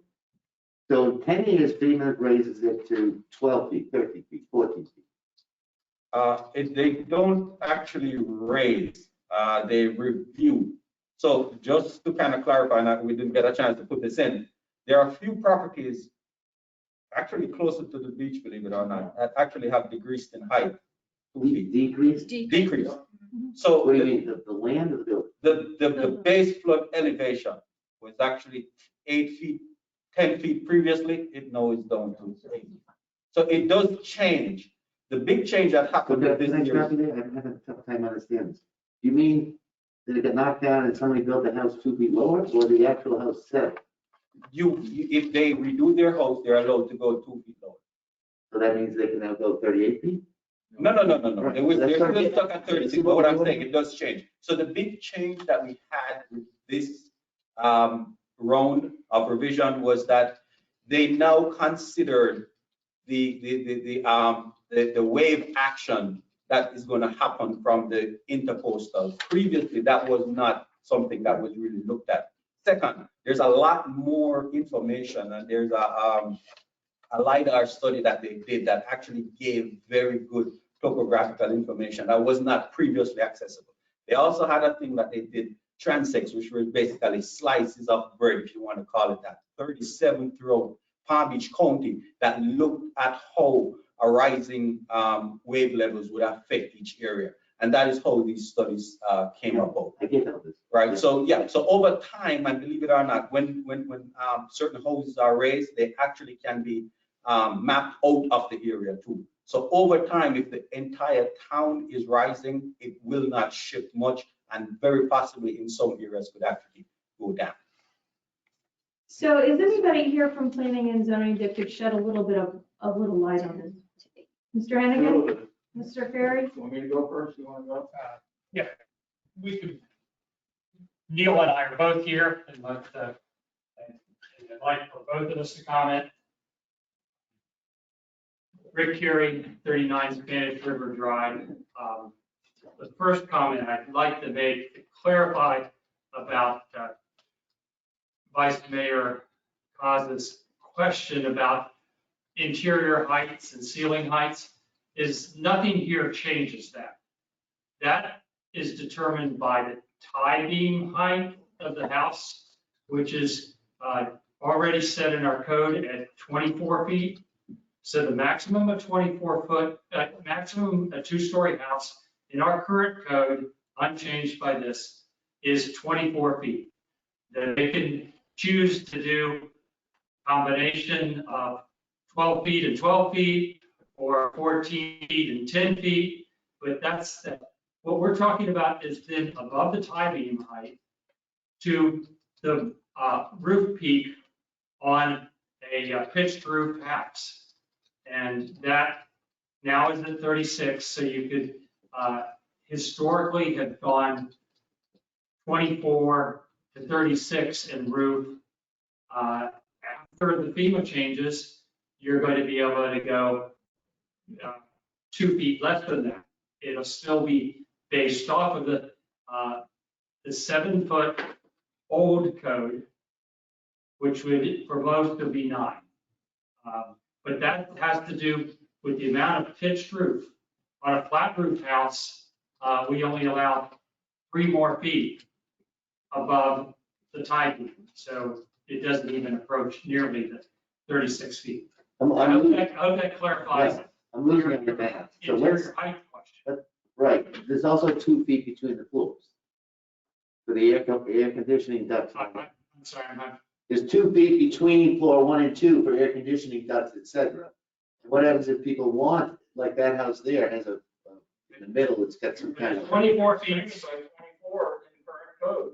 We have not changed. There's no change. So I'm confused now. Your maximum interior height Yeah, is determined by a tie beam height, right. which is basically the beginning of your roof structure. We're not changing that. All we're changing is where you start and where you finish. That package of 24 feet still fits in under the most restricted scenario you can get under the new. So you're influencing the style of the roof, is that what I'm hearing? That's all it's doing. Pitch up. Corey, the town planner, looked at other communities, and we have one of the highest permissible structure heights of 36. The majority of them are 33 or old. So we're already giving them 3 feet more than they had before. Okay, then I stand corrected. I get you, what you're saying. But between ordinance 1 reading, the first reading and second reading, I'll do some more education of myself. Okay? Thank you, Neil. And I'm glad to answer the questions where you could come up with it. Thank you. Thank you, Mr. Carey. Thank you, Mr. Hennigan. Could I ask Christie that you please address the concerns potentially with Bert Harris? Since we're already under threat of one Bert Harris, I don't want another. Exactly, yes, Madam Mayor, and Vice Mayor. I've dealt with a couple Bert Harris claims in the past, and they haven't dealt with the height issue. So for me, that would be a new issue to look at. And I'm certainly willing to spend some time between first reading and second reading to look at the latest case law to see if this issue regarding height, and specifically now we have this clarification that it's really just limited to roof height, whether that would be sufficient grounds for Bert Harris claim. As y'all probably know, anyone can file a Bert Harris claim. Bert Harris claims first come to the town for consideration before the actual litigation is instigated. And that gives the town an opportunity to look at the claim, to look at its validity. It's supposed to come with an appraisal so that you can see what their argument is and what their appraised value difference is based on their claim. They are very fact specific. And so we would have to look at it from that standpoint. Anyone can submit a claim, and as you know, anyone can file litigation. So I would take the time between first and second reading to look at this closer and report back to you whether I found any issue with this change in roof height that would potentially open us for more claims and litigation. Okay. Thank you. Any other further comment? I just wanna make this, this is like a typical example of where the property rights of the individual homeowner, of the individual landowner in that particular case, when it's new construction, has to be set against the community standards that we are implementing. And I don't see where this has anything in a negative effect, because there is no real change in the interior. There's absolutely no reason for anybody to file a Bert Harris claim. They can put a different pitched roof on it and comply and keep it within the neighborhood. And I think the neighborhood in this particular instance and the community outweighs the interest of an individual homeowner because of the drastic differences that we would see with the new FEMA regulations that we have to comply with. It's not an option, we have to comply with. That's Look, as I said, I totally disagree with the community's needs outweigh the private property owner's rights. But if it's not an issue, because we're still talking the same volume, height, let's call it, to the 24, and that isn't going to dramatically affect the style of homes that people want to build, I'll probably be okay with this, but I just want to do some more homework. I understand. Commissioner Fessler, can you unmute yourself? I already unmuted you on my end. Yes, when you look at this, can you also look at if any house in Ocean Ridge violates this rule right now? Is that possible? Did you guys hear me? I did. Could you give further clarification as to why you might want this information? Well, what I'm saying is, if we had the rule in place, like if we judge every house based on this new ruling system of the 36 feet, would anybody be rejected? And if they put plans in for the same house they own, would they be rejected out of it? I'm pretty sure that anytime you make a building code change, especially if it's predicated on a FEMA standard, that we are going to create non-compliance within the town. That's what any ordinance, unfortunately, the law of unintended consequences always does.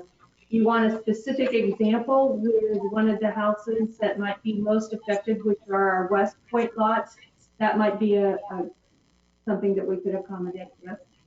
Well, my point is, I mean, if that's true, then I think you have a Bert Harris problem, because what you're saying is the person who bought a house and now it's non-compliant can never build the same house. So you've lowered their property values. But, so that's, I guess, what I'd like to look at. Well, I'm not going to make the decision in April, it's you guys, but I would just think you'd want to look at that, because that would open up the doors of how many people would be affected by it.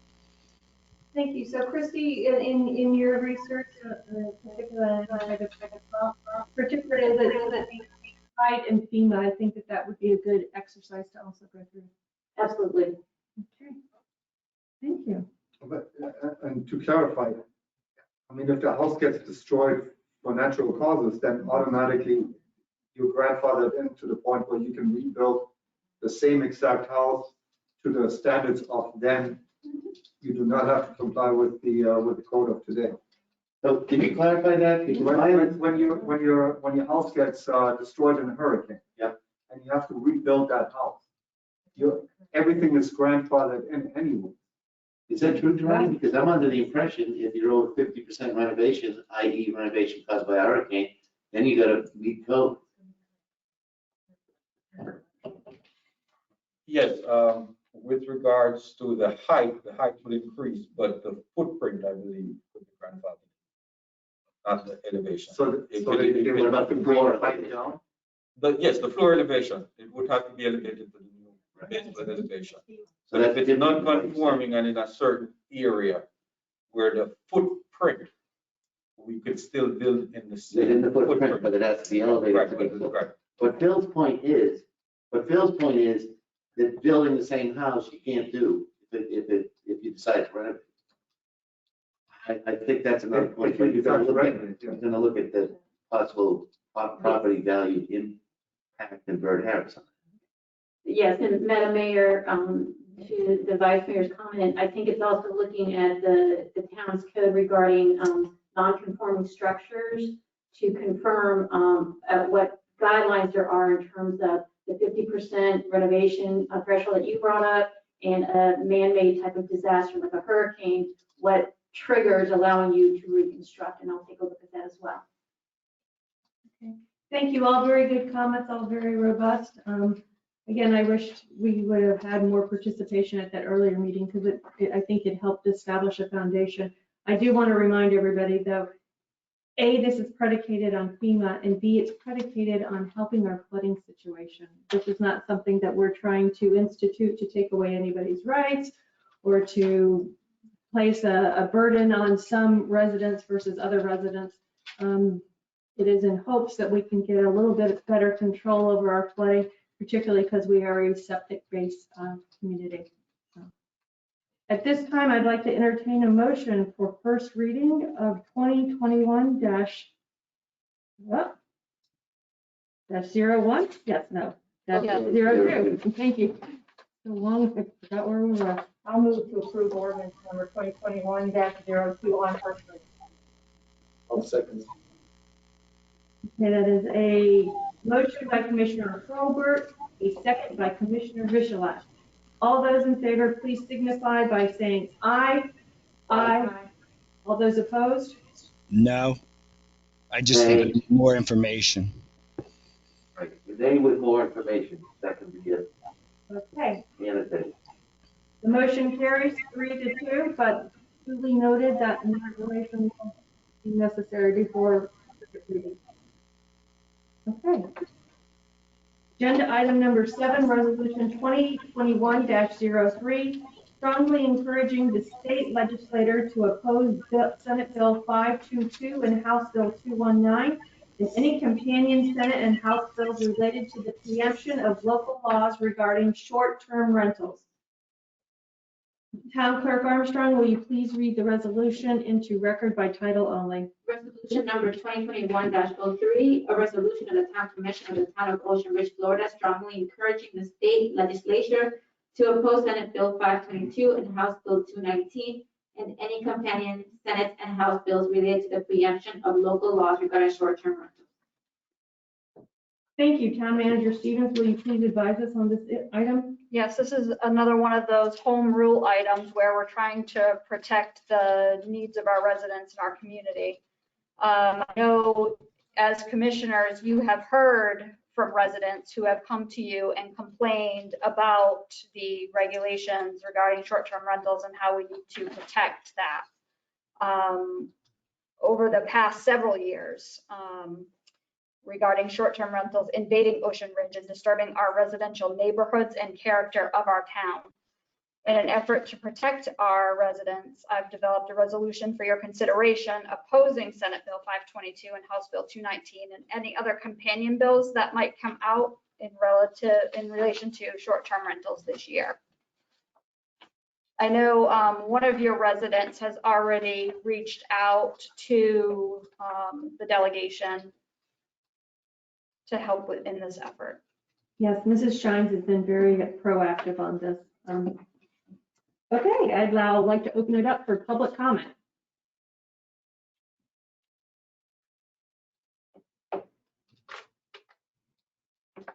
Hearing none, opening it up for commissioner comment, Vice Mayor Claus. Yeah, it's fine. Did we do this last year too? Mm-hmm. Okay. And they meet every year. Yeah. And then other things to do with house rule, please bring to our attention. Yes, absolutely. Yeah, thanks. I'm watching closely. Commissioner Bessler? I'm fine with it. I think it's a good recommendation. Thank you, Commissioner Holbert. Oh, I think it's fabulous. We also with League of Cities through their last magazine, I know they're pushing very hard to keep those preemptions from falling. So therefore, we're just jumping right in line with the rest of them. Thank you. Commissioner Vishalak? What I don't like to have the state of Florida dictate what we should and should not do here in our town. Yes, this was one of them. But I'm surprised that nobody is asking for property rights on homeowners that want to rent their properties. Okay. I concur. This is a big point of discussion and is one of the 6 major legislative committees that we have at the Florida League of Cities, and they are working very hard on it. So, and to our benefit. So, I'll now entertain a motion to adopt the budget schedule. No, geez, no, sorry. Resolution 2021-03. That is a motion by Commissioner Hurlbert, a second by Commissioner Vishalak. All those in favor, please signify by saying aye. Aye. Aye. Motion carries 5-0. Agenda item number 8, approval of the budget meeting schedule for 2021. Town Manager Stevens, will you please advise us on this issue? Sure. Taking into consideration the trim guidelines in conjunction with the Town Commission regular meeting schedule and also staff schedules, we are proposing the following goal setting and budget meeting dates. I have included that in your package for you, and I'm asking you, or I did ask you already, to see if you had any potential conflicts with those dates, and I don't believe anyone had any. Just for the public, would you please read those dates into the record? Sure. Monday, April 19th at 5 p.m. for a Town Commission goal setting workshop. Monday, June 7th at 2 p.m. budget workshop with the presentation of the first budget draft and commissioner discussion on the budget. Tuesday, July 6th at 2 p.m. budget workshop, commissioner discussion setting the maximum millage rate. Monday, August 2nd at 2 p.m., a budget workshop, commission to vote on finalized budget for presentation to the public. Tuesday, September 7th at 6 p.m., which is our regular town commission meeting, and we'll also, in conjunction with that, we will hold our first budget public hearing. And then Monday, September 20th at 6 p.m. will be our special meeting for the final adoption of the budget. Thank you very much. I'll now open the floor to public comment. Seeing none, open the floor to commissioner comment. Vice Mayor Cost? Fine. Commissioner Bessler? I'm fine with it. Does that mean you'll be with us? Commissioner Colbert? Yes, I'm fine. And Commissioner Bushlack? Okay, I will now entertain a motion to adopt the budget schedule as presented. So moved. Second? I'll second. That is a motion by Vice Mayor Cos, a second by Commissioner Horwath. All those in favor, please signify by saying aye. Aye. Motion carries 5-0. Agenda item number 9, update on no-wake zones. Town Manager Stevens, will you please advise us on this item? Sure. At the last goal-setting workshop last year, the Town Commission directed staff to look into information regarding applying for no-wake zones in Ocean Ridge. Delray Beach and Briny Breezes are also going through this process.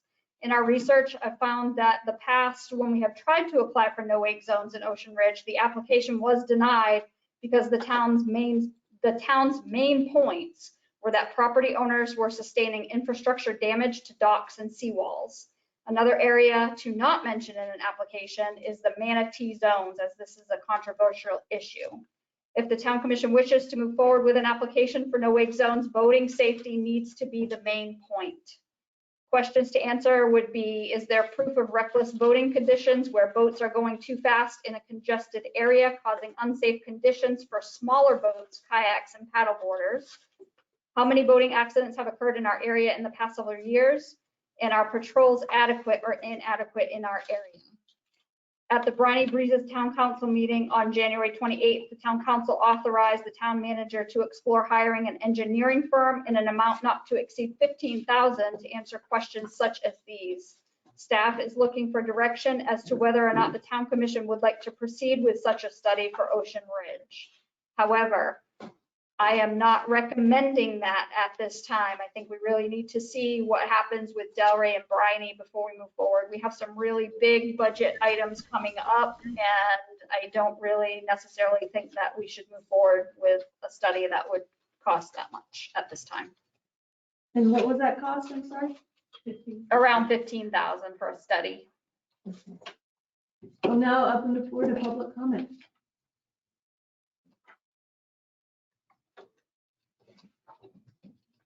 Hearing none, I will now open the floor to commission comment. Vice Mayor Cos? I totally agree with Tracy. Wait till Brian gets the answers to the question. But wait, how did this get on the agenda? On which agenda? This one here? The Town Commission directed staff to look into this last year at the goal setting workshop. We've done research and now it's coming on the agenda to see if you want to move Because I forward with remember it. last year, I thought we came to a conclusion. This was No, impossible. no, you just directed staff to do the research on it. So this is what we found and want to know now direction. Do you want us to continue or do you want us to just hold off for now? I agree with you. Commissioner Bessler? Yes, I agree with Tracy too. What happened was last year, I brought this to your attention because Crown Colony was having damage to their seawall and they had to do some work on it. So that's what brought up this no wake zone. And so that's why Tracy kind of looked into it. But I agree, you know, it's 15 grand under these budget conditions and it's just a shot, not a shot in the dark, but it's a shot that, you know, we might not hit. It'd be a waste of money at this time. And once Briny does it and Delray does it, if they're successful, we see how they're successful, and then we just piggyback on them. Thank you. Commissioner Hopper? Yeah, I believe I remember this was resident driven. People use, yeah.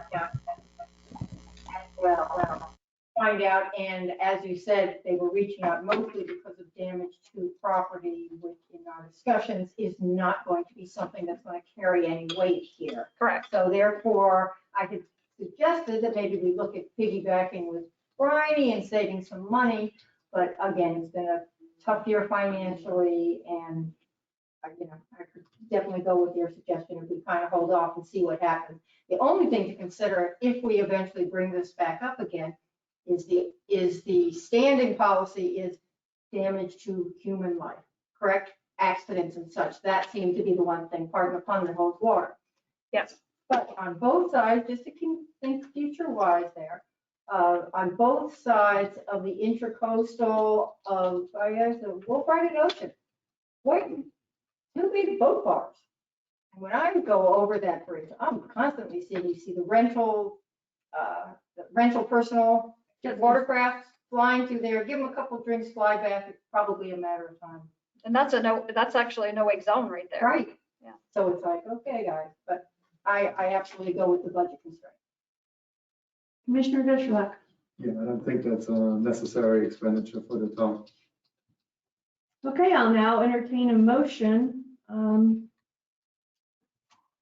So I guess it's a motion to not proceed with expending any funds for a report, right? Okay. So moved. Second. That is a motion by Commissioner Colbert, a second by Commissioner Vishwack. All those in favor, please signify by saying aye. Aye. Aye. Motion carried 5-0. Oh, we're in the home stretch. All right. Agenda item number 10, establish a street name, something fun, for the new private road off of Thompson Street. Town Manager Stevens, will you please advise us on this item? Sure. As part of the replat of a property on Thompson Street west of A1A, and this was years ago, we're still in this process, there were requirements for offsite improvements, and one of those requirements was for property owner to construct a private road from Thompson Street northward toward Corinne Street with a dead end before Corinne in order for adequate access for both replatted lots. The owner of the property has listed the property for sale, and both the seller and prospective buyer of the property are requesting that an address be provided for the two properties. Since both the seller and owner were interested in naming the road after themselves, the town is inclined to randomly name the road to avoid any conflicts. The prospective buyer has no preference in a random name. However, he has asked that the name is simple so that in the event that he has to spell it when he gives it out for his address, it's easy for vendors to spell it. After discussion and pondering several different random names such as Majestic Way, Palm Drive, Paradise Lane, Arica Lane, Foxtail Lane, Orchid Lane, and Mangrove Way, staff recommends naming the road Palm Drive. However, well, because that was the easiest one. However, we wanted to open it up to the commission to see what you all thought. And I know Commissioner Vessler has some comments. Okay. I think I'm first going to open it up for public comment.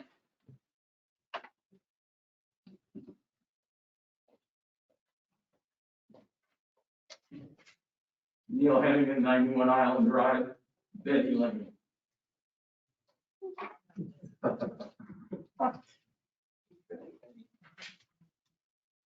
Holly Taylor, 35 Percy Drive. When I saw this in the packet, I thought we have a great opportunity here to pay homage to the history of Ocean Ridge. And so a few names that I came up with were White Drive, after the founder, Michael White, whose great-granddaughter still lives in town. Marion Lane, after Marion White, who named the town Ocean Ridge. And another consideration I had was Bronner Drive, after Betty Bingham's father, who was mayor. In discussions with Vice Mayor Paz and Betty Bingham, another person came to light who is Dorothy Whitney. Dorothy Whitney lived in town between 1957 until her death in 2003. She donated many parcels of land in town. She owned a great deal of property around Beachway. But ultimately, a parcel that she donated to the National Wildlife Federation came back free of charge to the town. which is the corner of Woolbright and A1A, which is now our retention pond. So Betty and Vice Mayor Cos came up with Whitney Way, which I think would be a great name for that town and a great way to include some Ocean Ridge history within our town on the map. Thank you. You're welcome. Okay, I'd like to now open it up to commissioner comment. Vice Mayor Cos. Whitney Way, I mean, what she gave this town via the land grants and the conservation she believed in. And also, if you take a look at, I think it's even from south of Adam Road through all the way to Colonial Ridge, then all the way west. She herself divided all that up. And if you look at God would appreciate how she did it. If you look at the way she divided those lots up, it just works. I mean, she just did this all on her own. She was a remarkable lady. The kids used to go to her house and stuff. And she was a true, like, grand dame of Ocean Ridge type. It's really, really something. Thank you. Thank you. The other thing we could do, since the owner and seller are warring, we could take both the last names, put them together, and then see what they say. Commissioner Fessler. I looked at it a different way. If you had two people that are willing to want their name in lights, why wouldn't we offer a chance for them to pay us to put their names on those signs? I know you're laughing, but I mean, I'm being serious. Is there any time frame, Tracy, on this? Is there a hurry to get this done? Yes, we are in a hurry to get this done because they have to get the addresses put on the properties And what's the time frame? now. They wanted it done yesterday. They wanted it done 3 weeks ago. Okay, because I had talked to the lawyer, Cindy, is it? Christine, I'm sorry. I haven't met you yet, but and she had mentioned that she'd have to look into it to see if it's financially feasible, but she did mention that other towns do this. So, that's my proposal. Thank you. Madam Mayor, if I may speak to that.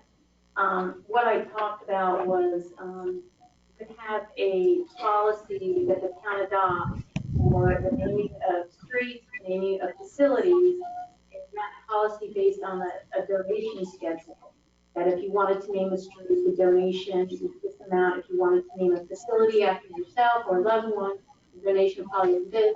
And you set out some guidelines for such a policy. That way, it's not an arbitrary and capricious decision about how much to charge someone for a street or for a naming right. You have the policy written and it's applied fairly to everybody. So that was my comment, that's how other towns do just what's being suggested here. But since we have a time issue, that may not be something that we can do this evening. I absolutely hate the pay-for-play. So I'll just put that on record. Commissioner Hurlbert. Yeah, we did that in Delray years ago. That's how we got George Bush Boulevard. But it was 8th Street, and they basically put it up for the highest auction possible. But we also got Fladell Way out of it. So this is where we can go with that. I actually threw out the one Mangrove Way. I thought it beat the Noceum Road. But the mangroves are back there. It's beautiful. I like it. But I don't really have an issue with Whitney, because that's, I'm a historian, so I really don't have a problem with that. But instead of Whitney Way, I think the sound would work better with Whitney Lane versus Whitney Way. Blah, blah. So just throwing that out there. First choice, Mangrove Way. Second choice, I can go with Whitney Lane. Mr. Vigilant. Until a few days ago, I hadn't had the word petunia in my head for a while. Just want to throw that out. And they're beautiful flowers. And again, I haven't seen one in a while, and I haven't heard that word. word in a while. That was my first instinct. I think it would be a fitting tribute to have, since we're not going to have many more chances to name roads, I think it would be a fitting tribute to name it after somebody that has been instrumental in this town, has been a great steward to this town, great resident. So my vote would be Whitney Lane, Way, Drive, Concourse, whatever. you name it. Don't go crazy, we'll never But, do that. I think it's, and thank you for researching that. It's wonderful. Could I add one thing to Neil? Your point, Neil, Betty Way or Betty Lane. When Polly came up with Brommer Boulevard, I called Betty to make sure it was okay with her, because that was her dad. And she's the one that first said, why doesn't the Joy family take it? And then she said, what about that woman whose name began with W? So this actually started with Betty Bean, who we were trying to ask her if she was interested in it, which, you know, applaud Betty once again. Yes. Yeah. Okay. Yeah. Okay, I'll now entertain a motion for the naming of the street. Please be specific. I would move that we name our new little road Whitney Lane. Oh, Whitney Way. Lane. Can we do a consensus on Way versus Lane first? Sure. All those in favor of Way signify by raising your right hand. Mr. Bessler, I cannot see you. Are you raising your hand? I'm Lane. I'm going with Lane. Okay, so we're on Whitney Lane. Proceed with the motion. I move to name our new road Whitney Lane. Do I hear a second? I'll second it. As I said, it doesn't matter, Way Lane, street. All those in favor, please signify by saying aye. Aye. Just for the record, Whitney is alliteration.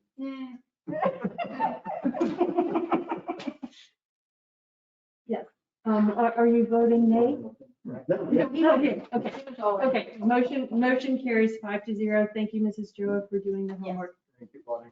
Let's make sure that we put that in the newsletter so people understand the naming of our new town and use it as an educational piece for. And make sure you spell it right. Yes. Is it N-E-Y or N-Y? EY. Polly? N-E-Y, and I've got some articles. Okay, great. Fantastic. Thank you so much. If I may, I think it would be a really nice thing with Betty being one of our really old residents here in town and knowing so much of the history of this town. If we can get some write-up about, you know, Or all these people dedication, that were Do a dedication. part of this town. It would interest me a great deal, and I'm sure that there's many residents out there that would find that very interesting. In May, we have a 90th anniversary, so maybe we could wrap that in with the whole thing. And I would think that Betty would refer to herself as a long-term resident.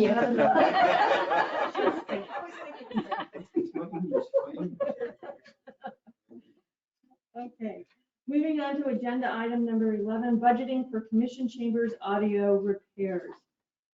Been a lot of talk. Why don't we have one way? Why do we have two way? Why is it so difficult to get any of this done? So Clerk Armstrong, would you please advise us on this item?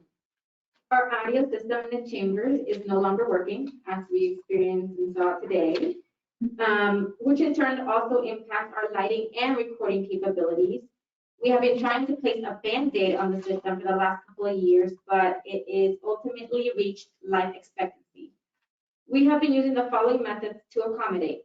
For recording, we have been using a handheld device, which you guys see in between Vice Town Commissioner Herber and Mayor DeHasas, as well as GoToMeeting. The issue is with the handheld device, it does not record in a format accepted by YouTube or the town's website. GoToMeeting has been recording properly with the new bi-directional microphone, but this can be impacted by internet connectivity prior to or during the meeting. So if we have any issues, this is an unreliable option.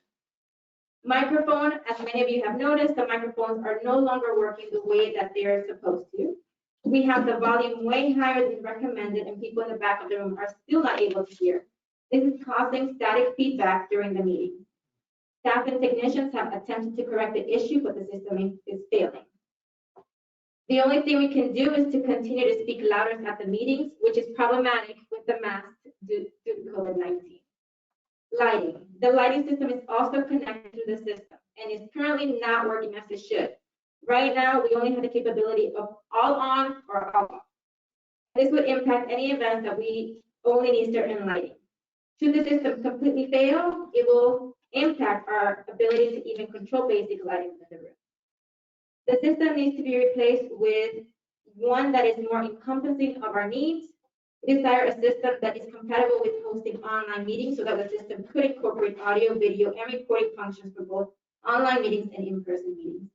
We would like to evaluate the ability of separating the lights completely from the system so that it can be controlled manually. The new system will provide us the opportunity to display different video or display functions on each television, which will increase productivity of presentation. Even though we would like something simpler, the cost is estimated to be approximately $60,000. We sincerely appreciate your consideration. And as the town manager just noted, we do not plan on, expending that this fiscal year, but this would be to put it on for next fiscal or to keep discussing this for the next budget cycle. And also, I would just like to mention one thing. Right now, our system in the foyer does not work. So if we have to provide overflow people, we could not do that in the foyer because it's not working out there.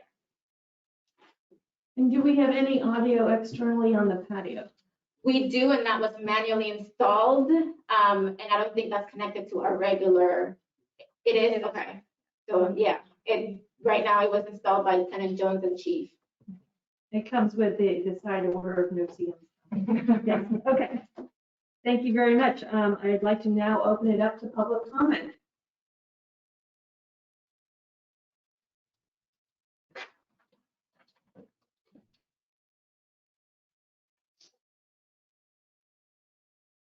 Joanne Hennigan, 91 Island Drive South.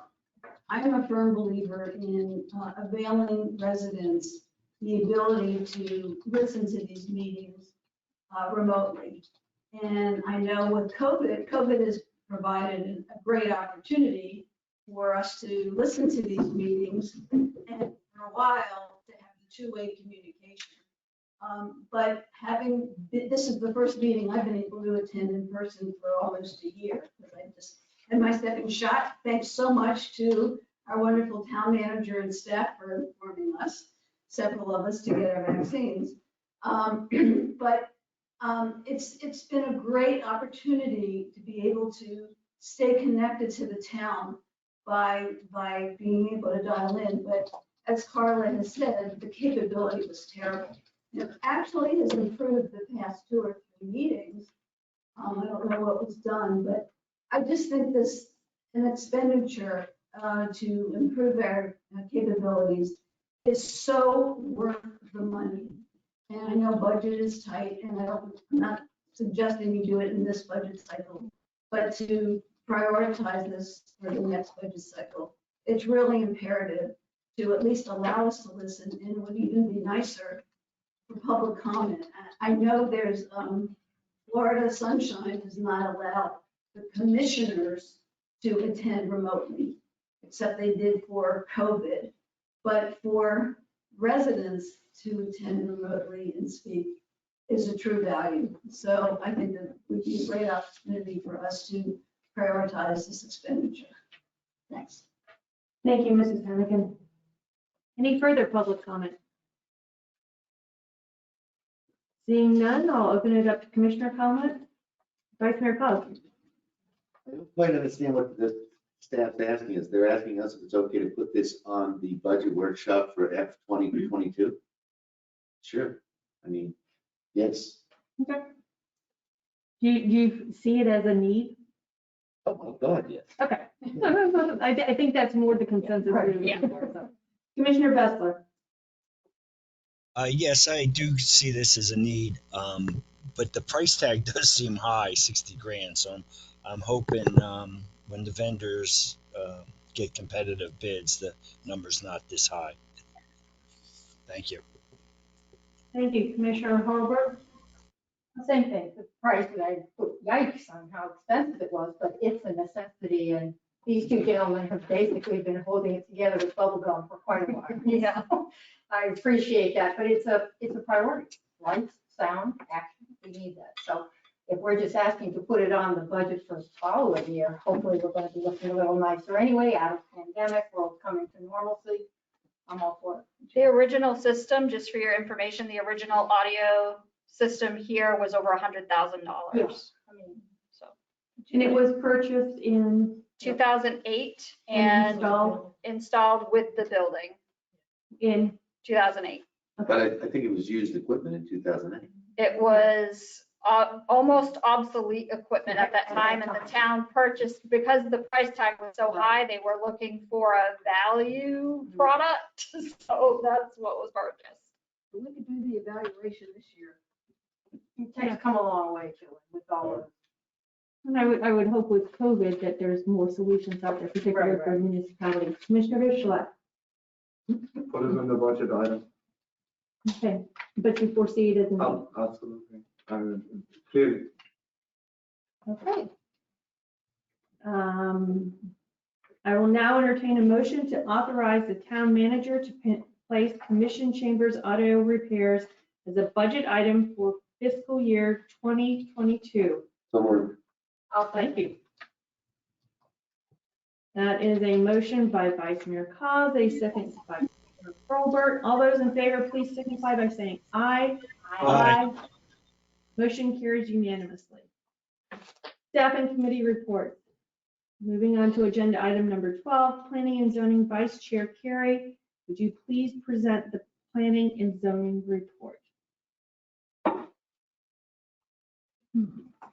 Present from here. The only items we discussed this last month were the two that you passed this evening. Thank you. Thank you for your work. Agenda item number 13, Town Attorney, do you have anything to report? No, Madam Mayor, and I'm welcome to any suggestions from the commission in terms of how to structure a report, or if there's legal issues you want me to address in a timely manner, I'm happy to do that. I'm thrilled to be here and I'm looking forward to working with all of you and have really enjoyed working with staff. Thank you. And the pronunciation of your last name? It's Gatto, but most everybody calls me Christy. So I will answer to Christy for sure. by the way, don't feel compelled that you have to do a town attorney's report each month. I mean, Pam did it once out of 8, 9 times. And a lot of times for the other cities I represent, I don't do a set report, but I'm open to whatever works for y'all. Thank you. Agenda item number 14, Town Manager Stevens, will you please present your report? Yes, I'll try to go quick. It's kind of lengthy. In the month of February, we celebrated employee anniversaries for our Assistant Town Clerk, Kathy Gatewood, 2 years. Police Officer LaQuandra Beckford at 3 years. Police Investigator Aaron Chobin at 3 years. And Dispatch Manager Jessica Simpson at 16 years. We thank them for their service and dedication to the town. The Anna and Edith Street landscape plans were submitted to the town by the contractor. Town staff met with the citizens group representative and submitted our comments back to the contractor. We're now awaiting the finalized landscaping plans from the contractor. At last month's town commission meeting, town staff presented the enhanced communications plan. Overall consensus was that the town was already doing a good job communicating with the public. However, town commission consensus was to wait for survey results before any decisions were made. The updated survey results showed that 103 people responded to the survey, with 92% agreeing that the communication from the town to the public is adequate at this time. If the town commission would like staff to revisit this, we would need consensus direction to make changes that would cost the town for programs that were not adopted in the FY21 budget. FDOT has inspected the Inlet K and Sable Island bridges, and the inspection reports show that there is deterioration to the bridges, which is fairly extensive. The town engineer consulted with a structural engineer who estimates that the cost of the bridge repairs will be around $200,000 to $300,000. This will be in the budget proposal for FY22. I'm not asking for consensus on this. I'm moving straight forward with it because it's a safety issue. I just wanted to give you the bad news ahead of time so you're not surprised when this comes out. Tracy, I know we're going for a grant on the sewers. Are there any grants available for this kind of stuff?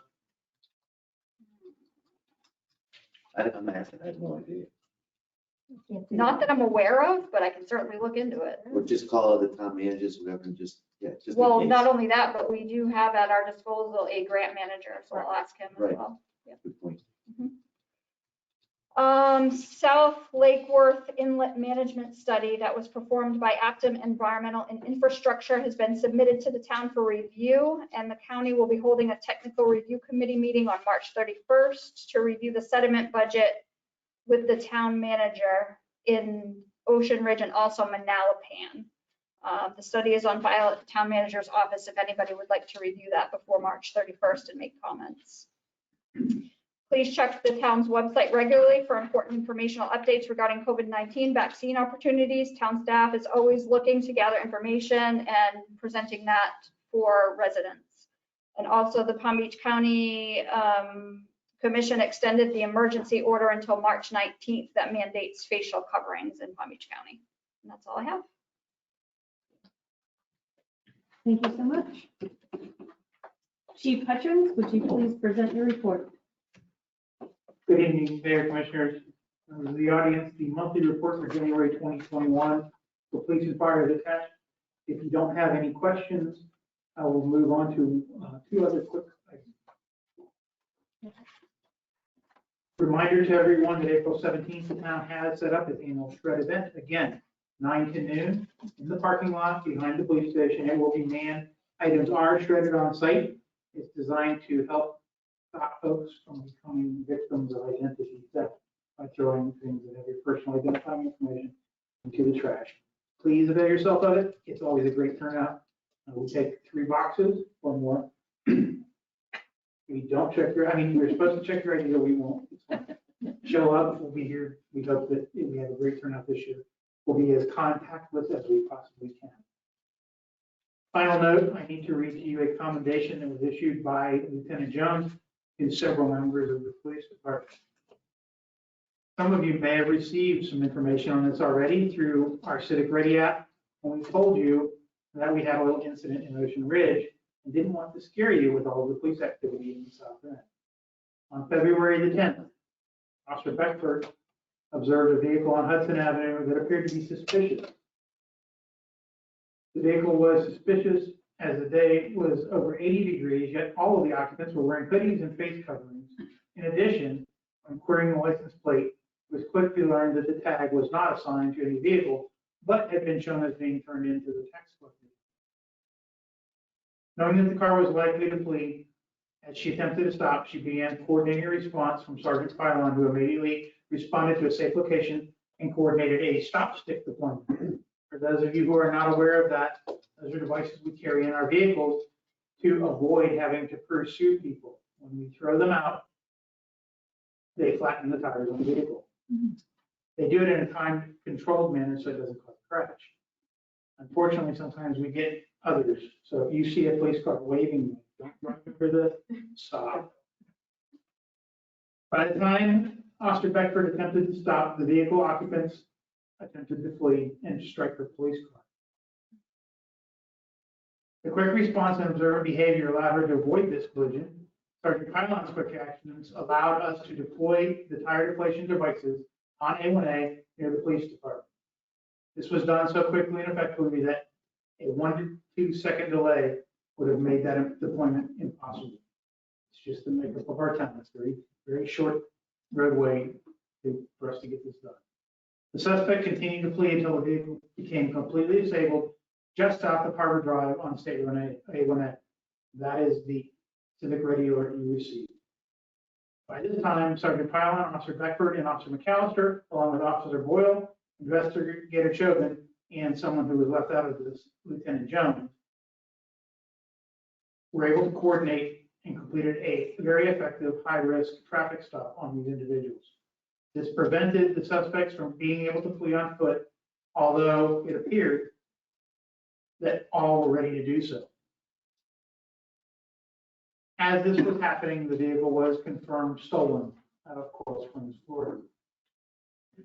If it wasn't for the quick actions and responses of everyone involved, including the dispatcher, Danielle Valdez, who coordinated all of the communications issues between us, multiple agencies in Coral Springs, these suspects likely would have been successful in fleeing and likely would have caused additional damage and concern for our residents and the general public as a whole. I would like to make sure that everybody understands that I am commending Lieutenant Jones, Officer Beckford, Officer McAllister, Officer Boyle, Investigator Chogan, Sergeant Pilon, and Dispatcher Valdez for their excellent work in this instance. We continue to ask people to lock your cars and take the keys out of them. We continually remind people, sometimes at 1:30 in the morning, to please close your garage doors. We do that because we recognize that sometimes they go up for no reason. And we want to avoid you from becoming a victim of a crime. Ocean Ridge is still a very, very safe community. Unfortunately, we have a close proximity to I-95, and we tend to import our criminals. In this case, we were able to deport some. So I would just like to make sure that everybody understands what great work the officers on the road did. Thank you very much.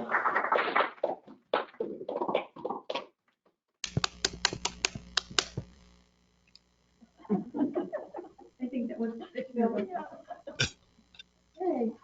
Agenda item number 16, Town Engineer and Public Works Report was included in your meeting package. Are there any questions or comments from commissioners?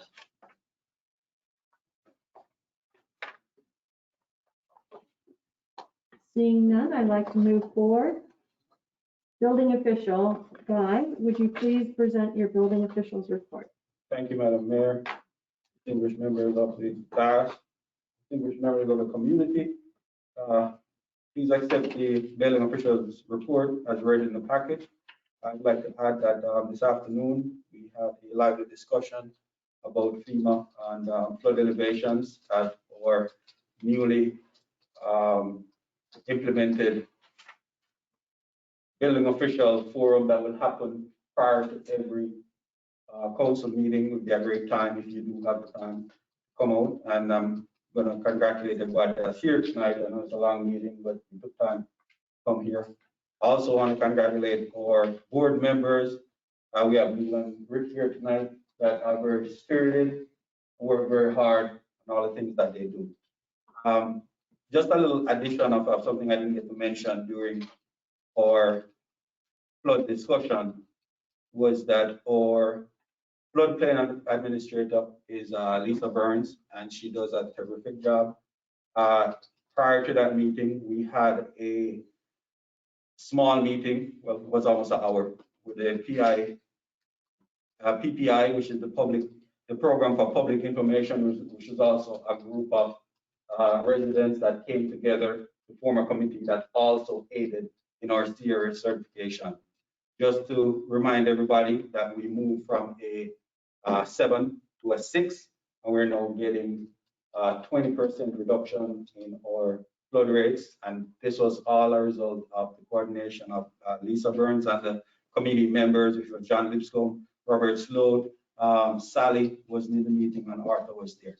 So again, you know, we're working together as a town, and I have to call out Betty Bingham. Okay.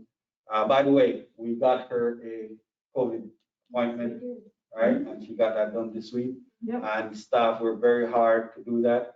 And I'm certain if there's any other committee member that needs help with setting up an appointment, they're ready and able to get that done for you. And just to let you know that I had a tough week, and I went by Betty Bingham, and in 5 minutes it was all right. She has that personality. And just to let you know that the sum total of me being here, I'm happy. I've been to other towns and I did not have the participation and the support and even the spirit of the community members. And I'm happy to be here, and I just thank God. Thank you. Drenny, can you just let us know what the CRS rating is of our neighboring communities in comparison to ours? Oh, Manalapan is 8, Boynton Beach is 6, Brian Breeze does not have a rating. Delray is 6 and Gulfstream is 10. So we're higher than Manalapan and Gulfstream. I mean, we're lower, so that means we get a better flood insurance rate for our residents. Thank you. And I'm glad Betty made it out there. She does. We will dearly miss her. Yes. Yes. Commissioner Bessler. Durrani, I have a question on those inspections. You're doing 174 a month. That's like almost 9 a day. How do you manage that? I also do twice as many plan reviews, have meetings, so I'm sprinting. And again, I have a wonderful staff that I work with. Okay, so it's not overworking then. It's not.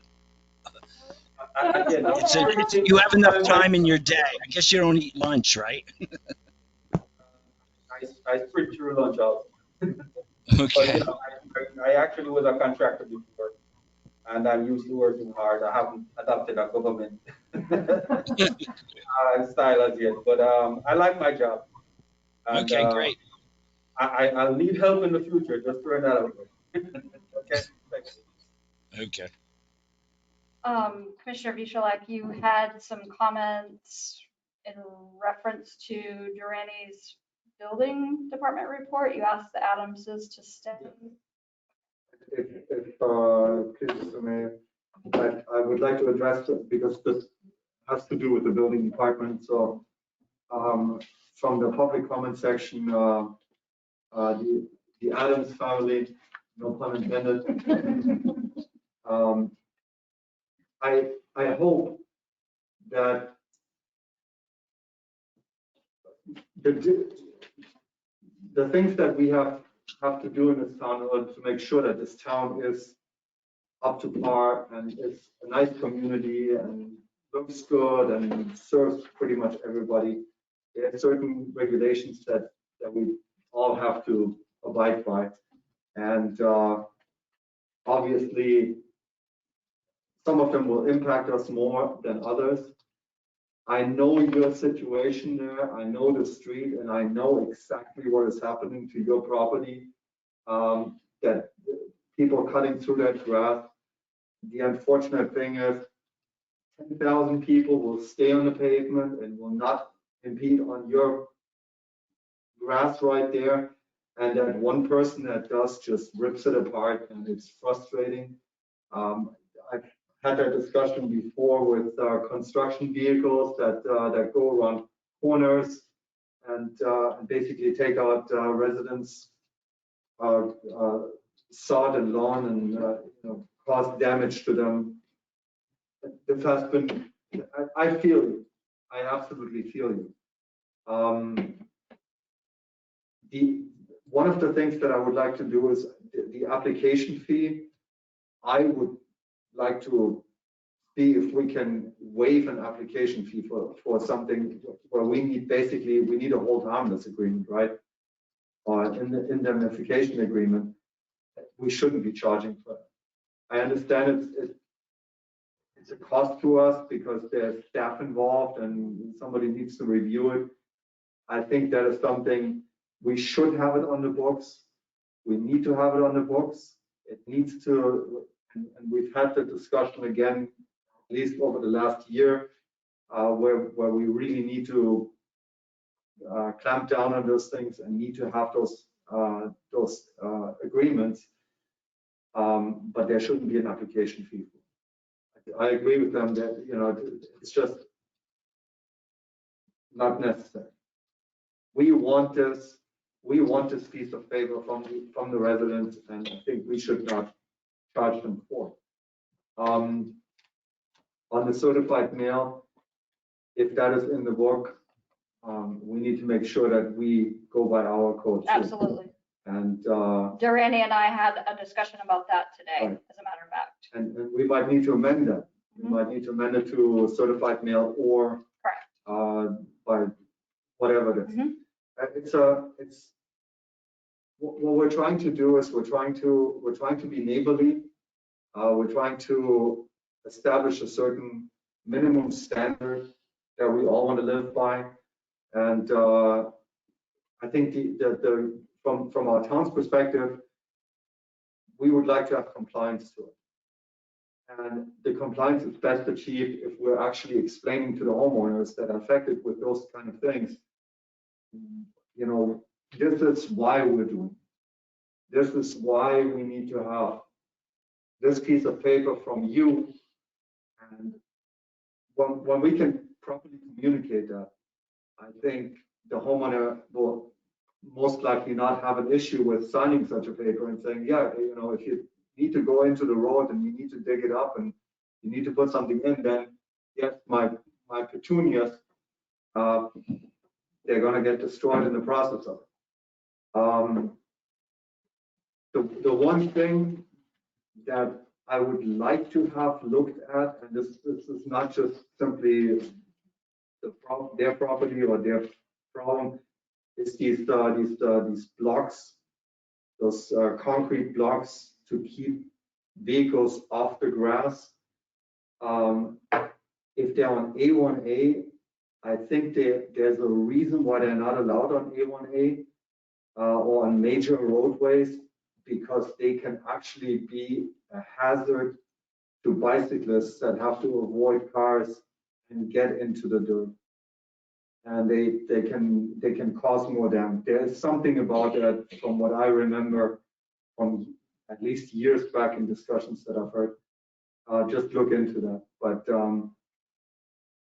you know, nobody wants to go after you. Nobody has it out for you. I can assure you that. All of our communication is not always the best. We do make mistakes, and the staff makes mistakes, or make, you know, things are taken out of context and taken out of control. But there's a good intention behind it, and I hope that that this is not going to sour you over Ocean Ridge. Mr. Commissioner, I appreciate your consideration and your comments. There's a few things. I mean, I truly do appreciate what you said. I don't know how the problem is solved though, and actually the problem is more than just our yard. Because when people come over our grass, they're also coming over our driveway. So if I'm going out to get my mail, I'm going out to take my dog out, my kids are coming out, our poor children. It's not 1 in 10,000. I mean, I'm telling you, No, if you're going to name a second street tonight, you should name the side of our property, because it's literally it's a bypass for people. I know. I've seen it. I've literally, I know your property, and I've literally seen it. You can't solve any of the problem unless you have those bubbles there. There's just, because if I have something that's 18 feet, they're just going to just plow right over it. So unless they see something visible in white, it's basically got no chance. That being said, up and down A1A, probably from here up to Jacksonville, you have little bubbles. They're everywhere, and they're there for a reason. And I can tell you, if Palm Beach didn't have them along the road, that would look completely different. And I just want to add as well, you know, just to give you a sense for why I'm so frustrated and why I've taken this so personally. I'd love to see what the records are in terms of visits by the Ocean Ridge Police Department to our home. I love the Ocean Ridge Police Department. It's not a statement against you all. We have had Ocean Ridge Police Department, building inspector out to our home so many times in the past 2 months. I mean, it's just absolutely insane. One day in particular, we had a building inspector at our home because one of our neighbors got tired of hearing tile being cut in the backyard. So they called the town at 2 o'clock in the afternoon because their kids were sleeping. They didn't want to hear tile anymore. So we had a building inspector at my home looking around in the garage. What's going on here? Why isn't there a permit? There's heavy equipment in the backyard. And it's just, you know, I didn't move to Ocean Ridge. And I want to be left alone most of the time. That's why I moved here. I want to relax. I want to go to the beach. I want to sit in my home. I want to, I want to drink a cup of coffee. Not every time at 9 o'clock in the morning or 2 o'clock in the afternoon. I mean, I've literally, in the time we've lived here, and we've only been in the house maybe 3-4 months, we've probably had well over a dozen times the Ocean Ridge Police Department's been at our house. They've been here because we were trimming trees. I mean, it's just insane. And that's not their fault. I mean, we have certain homeowners that, yes, that's kind of crazy. And I'm sure the police don't want to be coming out to my house because, we're cutting time. I mean, that's the most insulting this is about to us. But yet, they were sent, and the building inspector came as well, and, and my workers are, all looking around like, they're telling me, we didn't know what to do. We felt like we needed to leave for the day. And they were cutting tile. It's just, so that's where I'm coming from with this. And I guess the bottom line is I don't know how to solve the problem because it's not going to be solved with just putting turf in. And all due respect to my wife, the petunias aren't going to cut at 11. They're just not going to do it. Like the only other idea is like you're allowed turf or you're allowed mailboxes. So like, are you all right if I put 2 more mailboxes along the front to like keep them off from like running across there? Like that's the thought. But those bumps are not allowed by the state along A1A. That's what it says in the Palm Beach Code. They're not allowed. I think they're just not enforcing it because the people just need it. Like, or else it's going to look like horrible with all the like turfing jobs. And our neighbor, our next door neighbor to the south of us, Paul, has even said, Bob, I'll move my mailbox down 25 feet and we can block them together because he doesn't like it either. So it's, I don't know, at this point, I really don't see any solution to the problem other than, at some point someone's going to get hurt and the town's going to get sued again. And I know you guys don't want that. You got one in front of you already. So. Thank you. And I so appreciate this open dialogue. And I think Commissioner Vishalak sentiments is echoed not only throughout the dais, but also throughout the staff. So now that things have kind of calmed down to a slow simmer, I would like to invite you guys to please come and take another meeting with staff and Commissioner Vishalak, if you'd like to take it, because every time we're presented with a solution, there's always the law of unintended consequences that unfortunately comes with it. So I would like to see that meeting happen sooner rather than later. And if it means that we take a look at, relook at some of our code, or if it means that we do a waiver on an application fee, I wouldn't want to remove it completely because it's there for a reason. But there's a couple of different ways that I think that we can go about this in a respectful manner that is a win-win, hopefully, for all of us. Thank you. Appreciate it. And we will be in touch.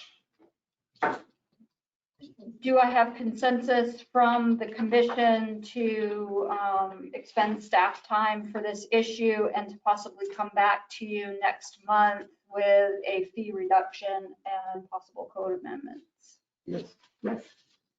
Yes. Yes. Thank you. Thank you. Thank you. Is our lovely audio system failing? He's muted. Good night, Bill. Thank you. Oh, the meeting time. Yeah. Okay, moving on to mayor update. In deference to time, because I know that this is about the witching time for most people. I would just like to consolidate my mayor update to wish Commissioner Bessler the best. We will miss him on the dais. We will miss his fortitude and always making sure that we look at budget issues very carefully. And I just personally wanted to say that we'll miss you, Phil. Here. Okay. Thank you, everybody. You're welcome. Agenda item number 19, employment contract term limits. Commissioner Vishalak, you can please advise us on this item or maybe delay it to another date. I know you want me to do that, right? We can certainly move that one over to another day. We don't have that. Well, it's not like almost 9 o'clock. The in-house attorney, I want to say we should have a little discussion about this and see, really what I would like to do, let me do this. Let me move the contract term limits over to another meeting, to the next meeting, put it on the next meeting agenda, and we'll see how that goes. I would like to have a discussion about the options of having an in-house attorney, and if that actually is something that the rest of the commission would entertain or would feel is something that we should explore. And at this point, it's a complicated issue.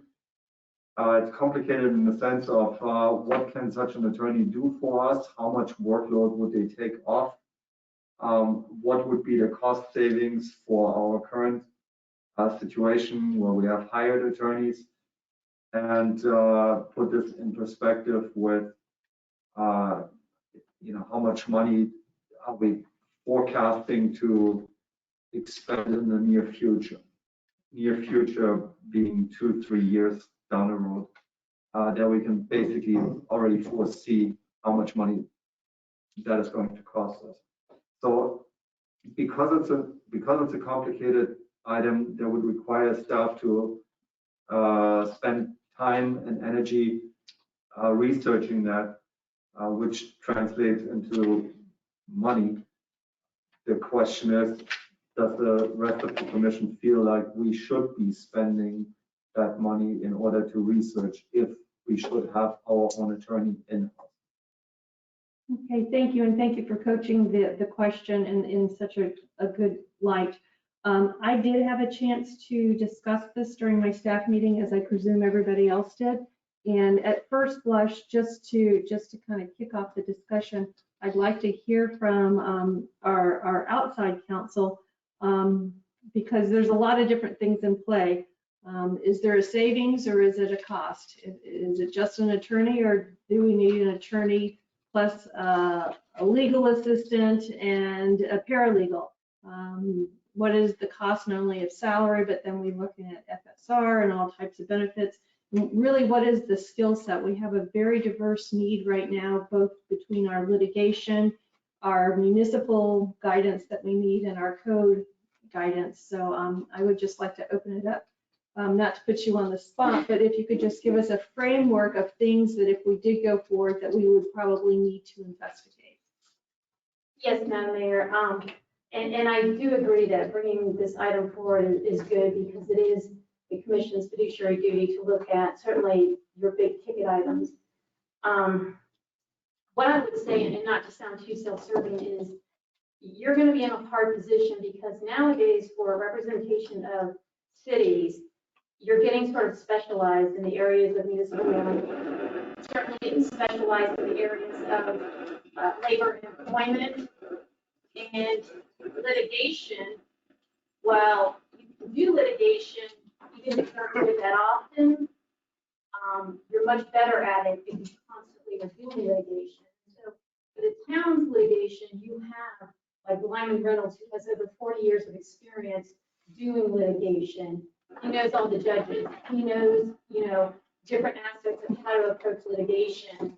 So if you were looking to move this position in-house, from my experience, what you would need is someone who is experienced in municipal law, someone who's also experienced in labor law and employment, and then if the ultimate goal is for that person to take on some of the litigation that you have, that they have litigation experience. So that's a very diverse sort of experienced attorney you're looking for. And I think certainly if you're talking about a litigator, they rely heavily on a legal assistant or a paralegal to assist them with litigation matters that a paralegal or a legal assistant can handle. So based on my experience, it would require more than likely the hiring of at least a very experienced attorney in-house, plus one other position to support that in-house attorney. The other issue you have is based on your insurance carrier, how that litigation gets assigned. And my understanding is right now you don't have a choice of counsel in your insurance defense policies, so it gets assigned to who they have on their panel. The way your insurance currently works, as I understand it, is the first 100,000 is covered by the carrier, and then it's on the town. So you could develop a scenario where your in-house attorney is co-counseling with that assigned insurance defense litigator, and then at some point where the carrier costs stop, your in-house attorney starts handling it.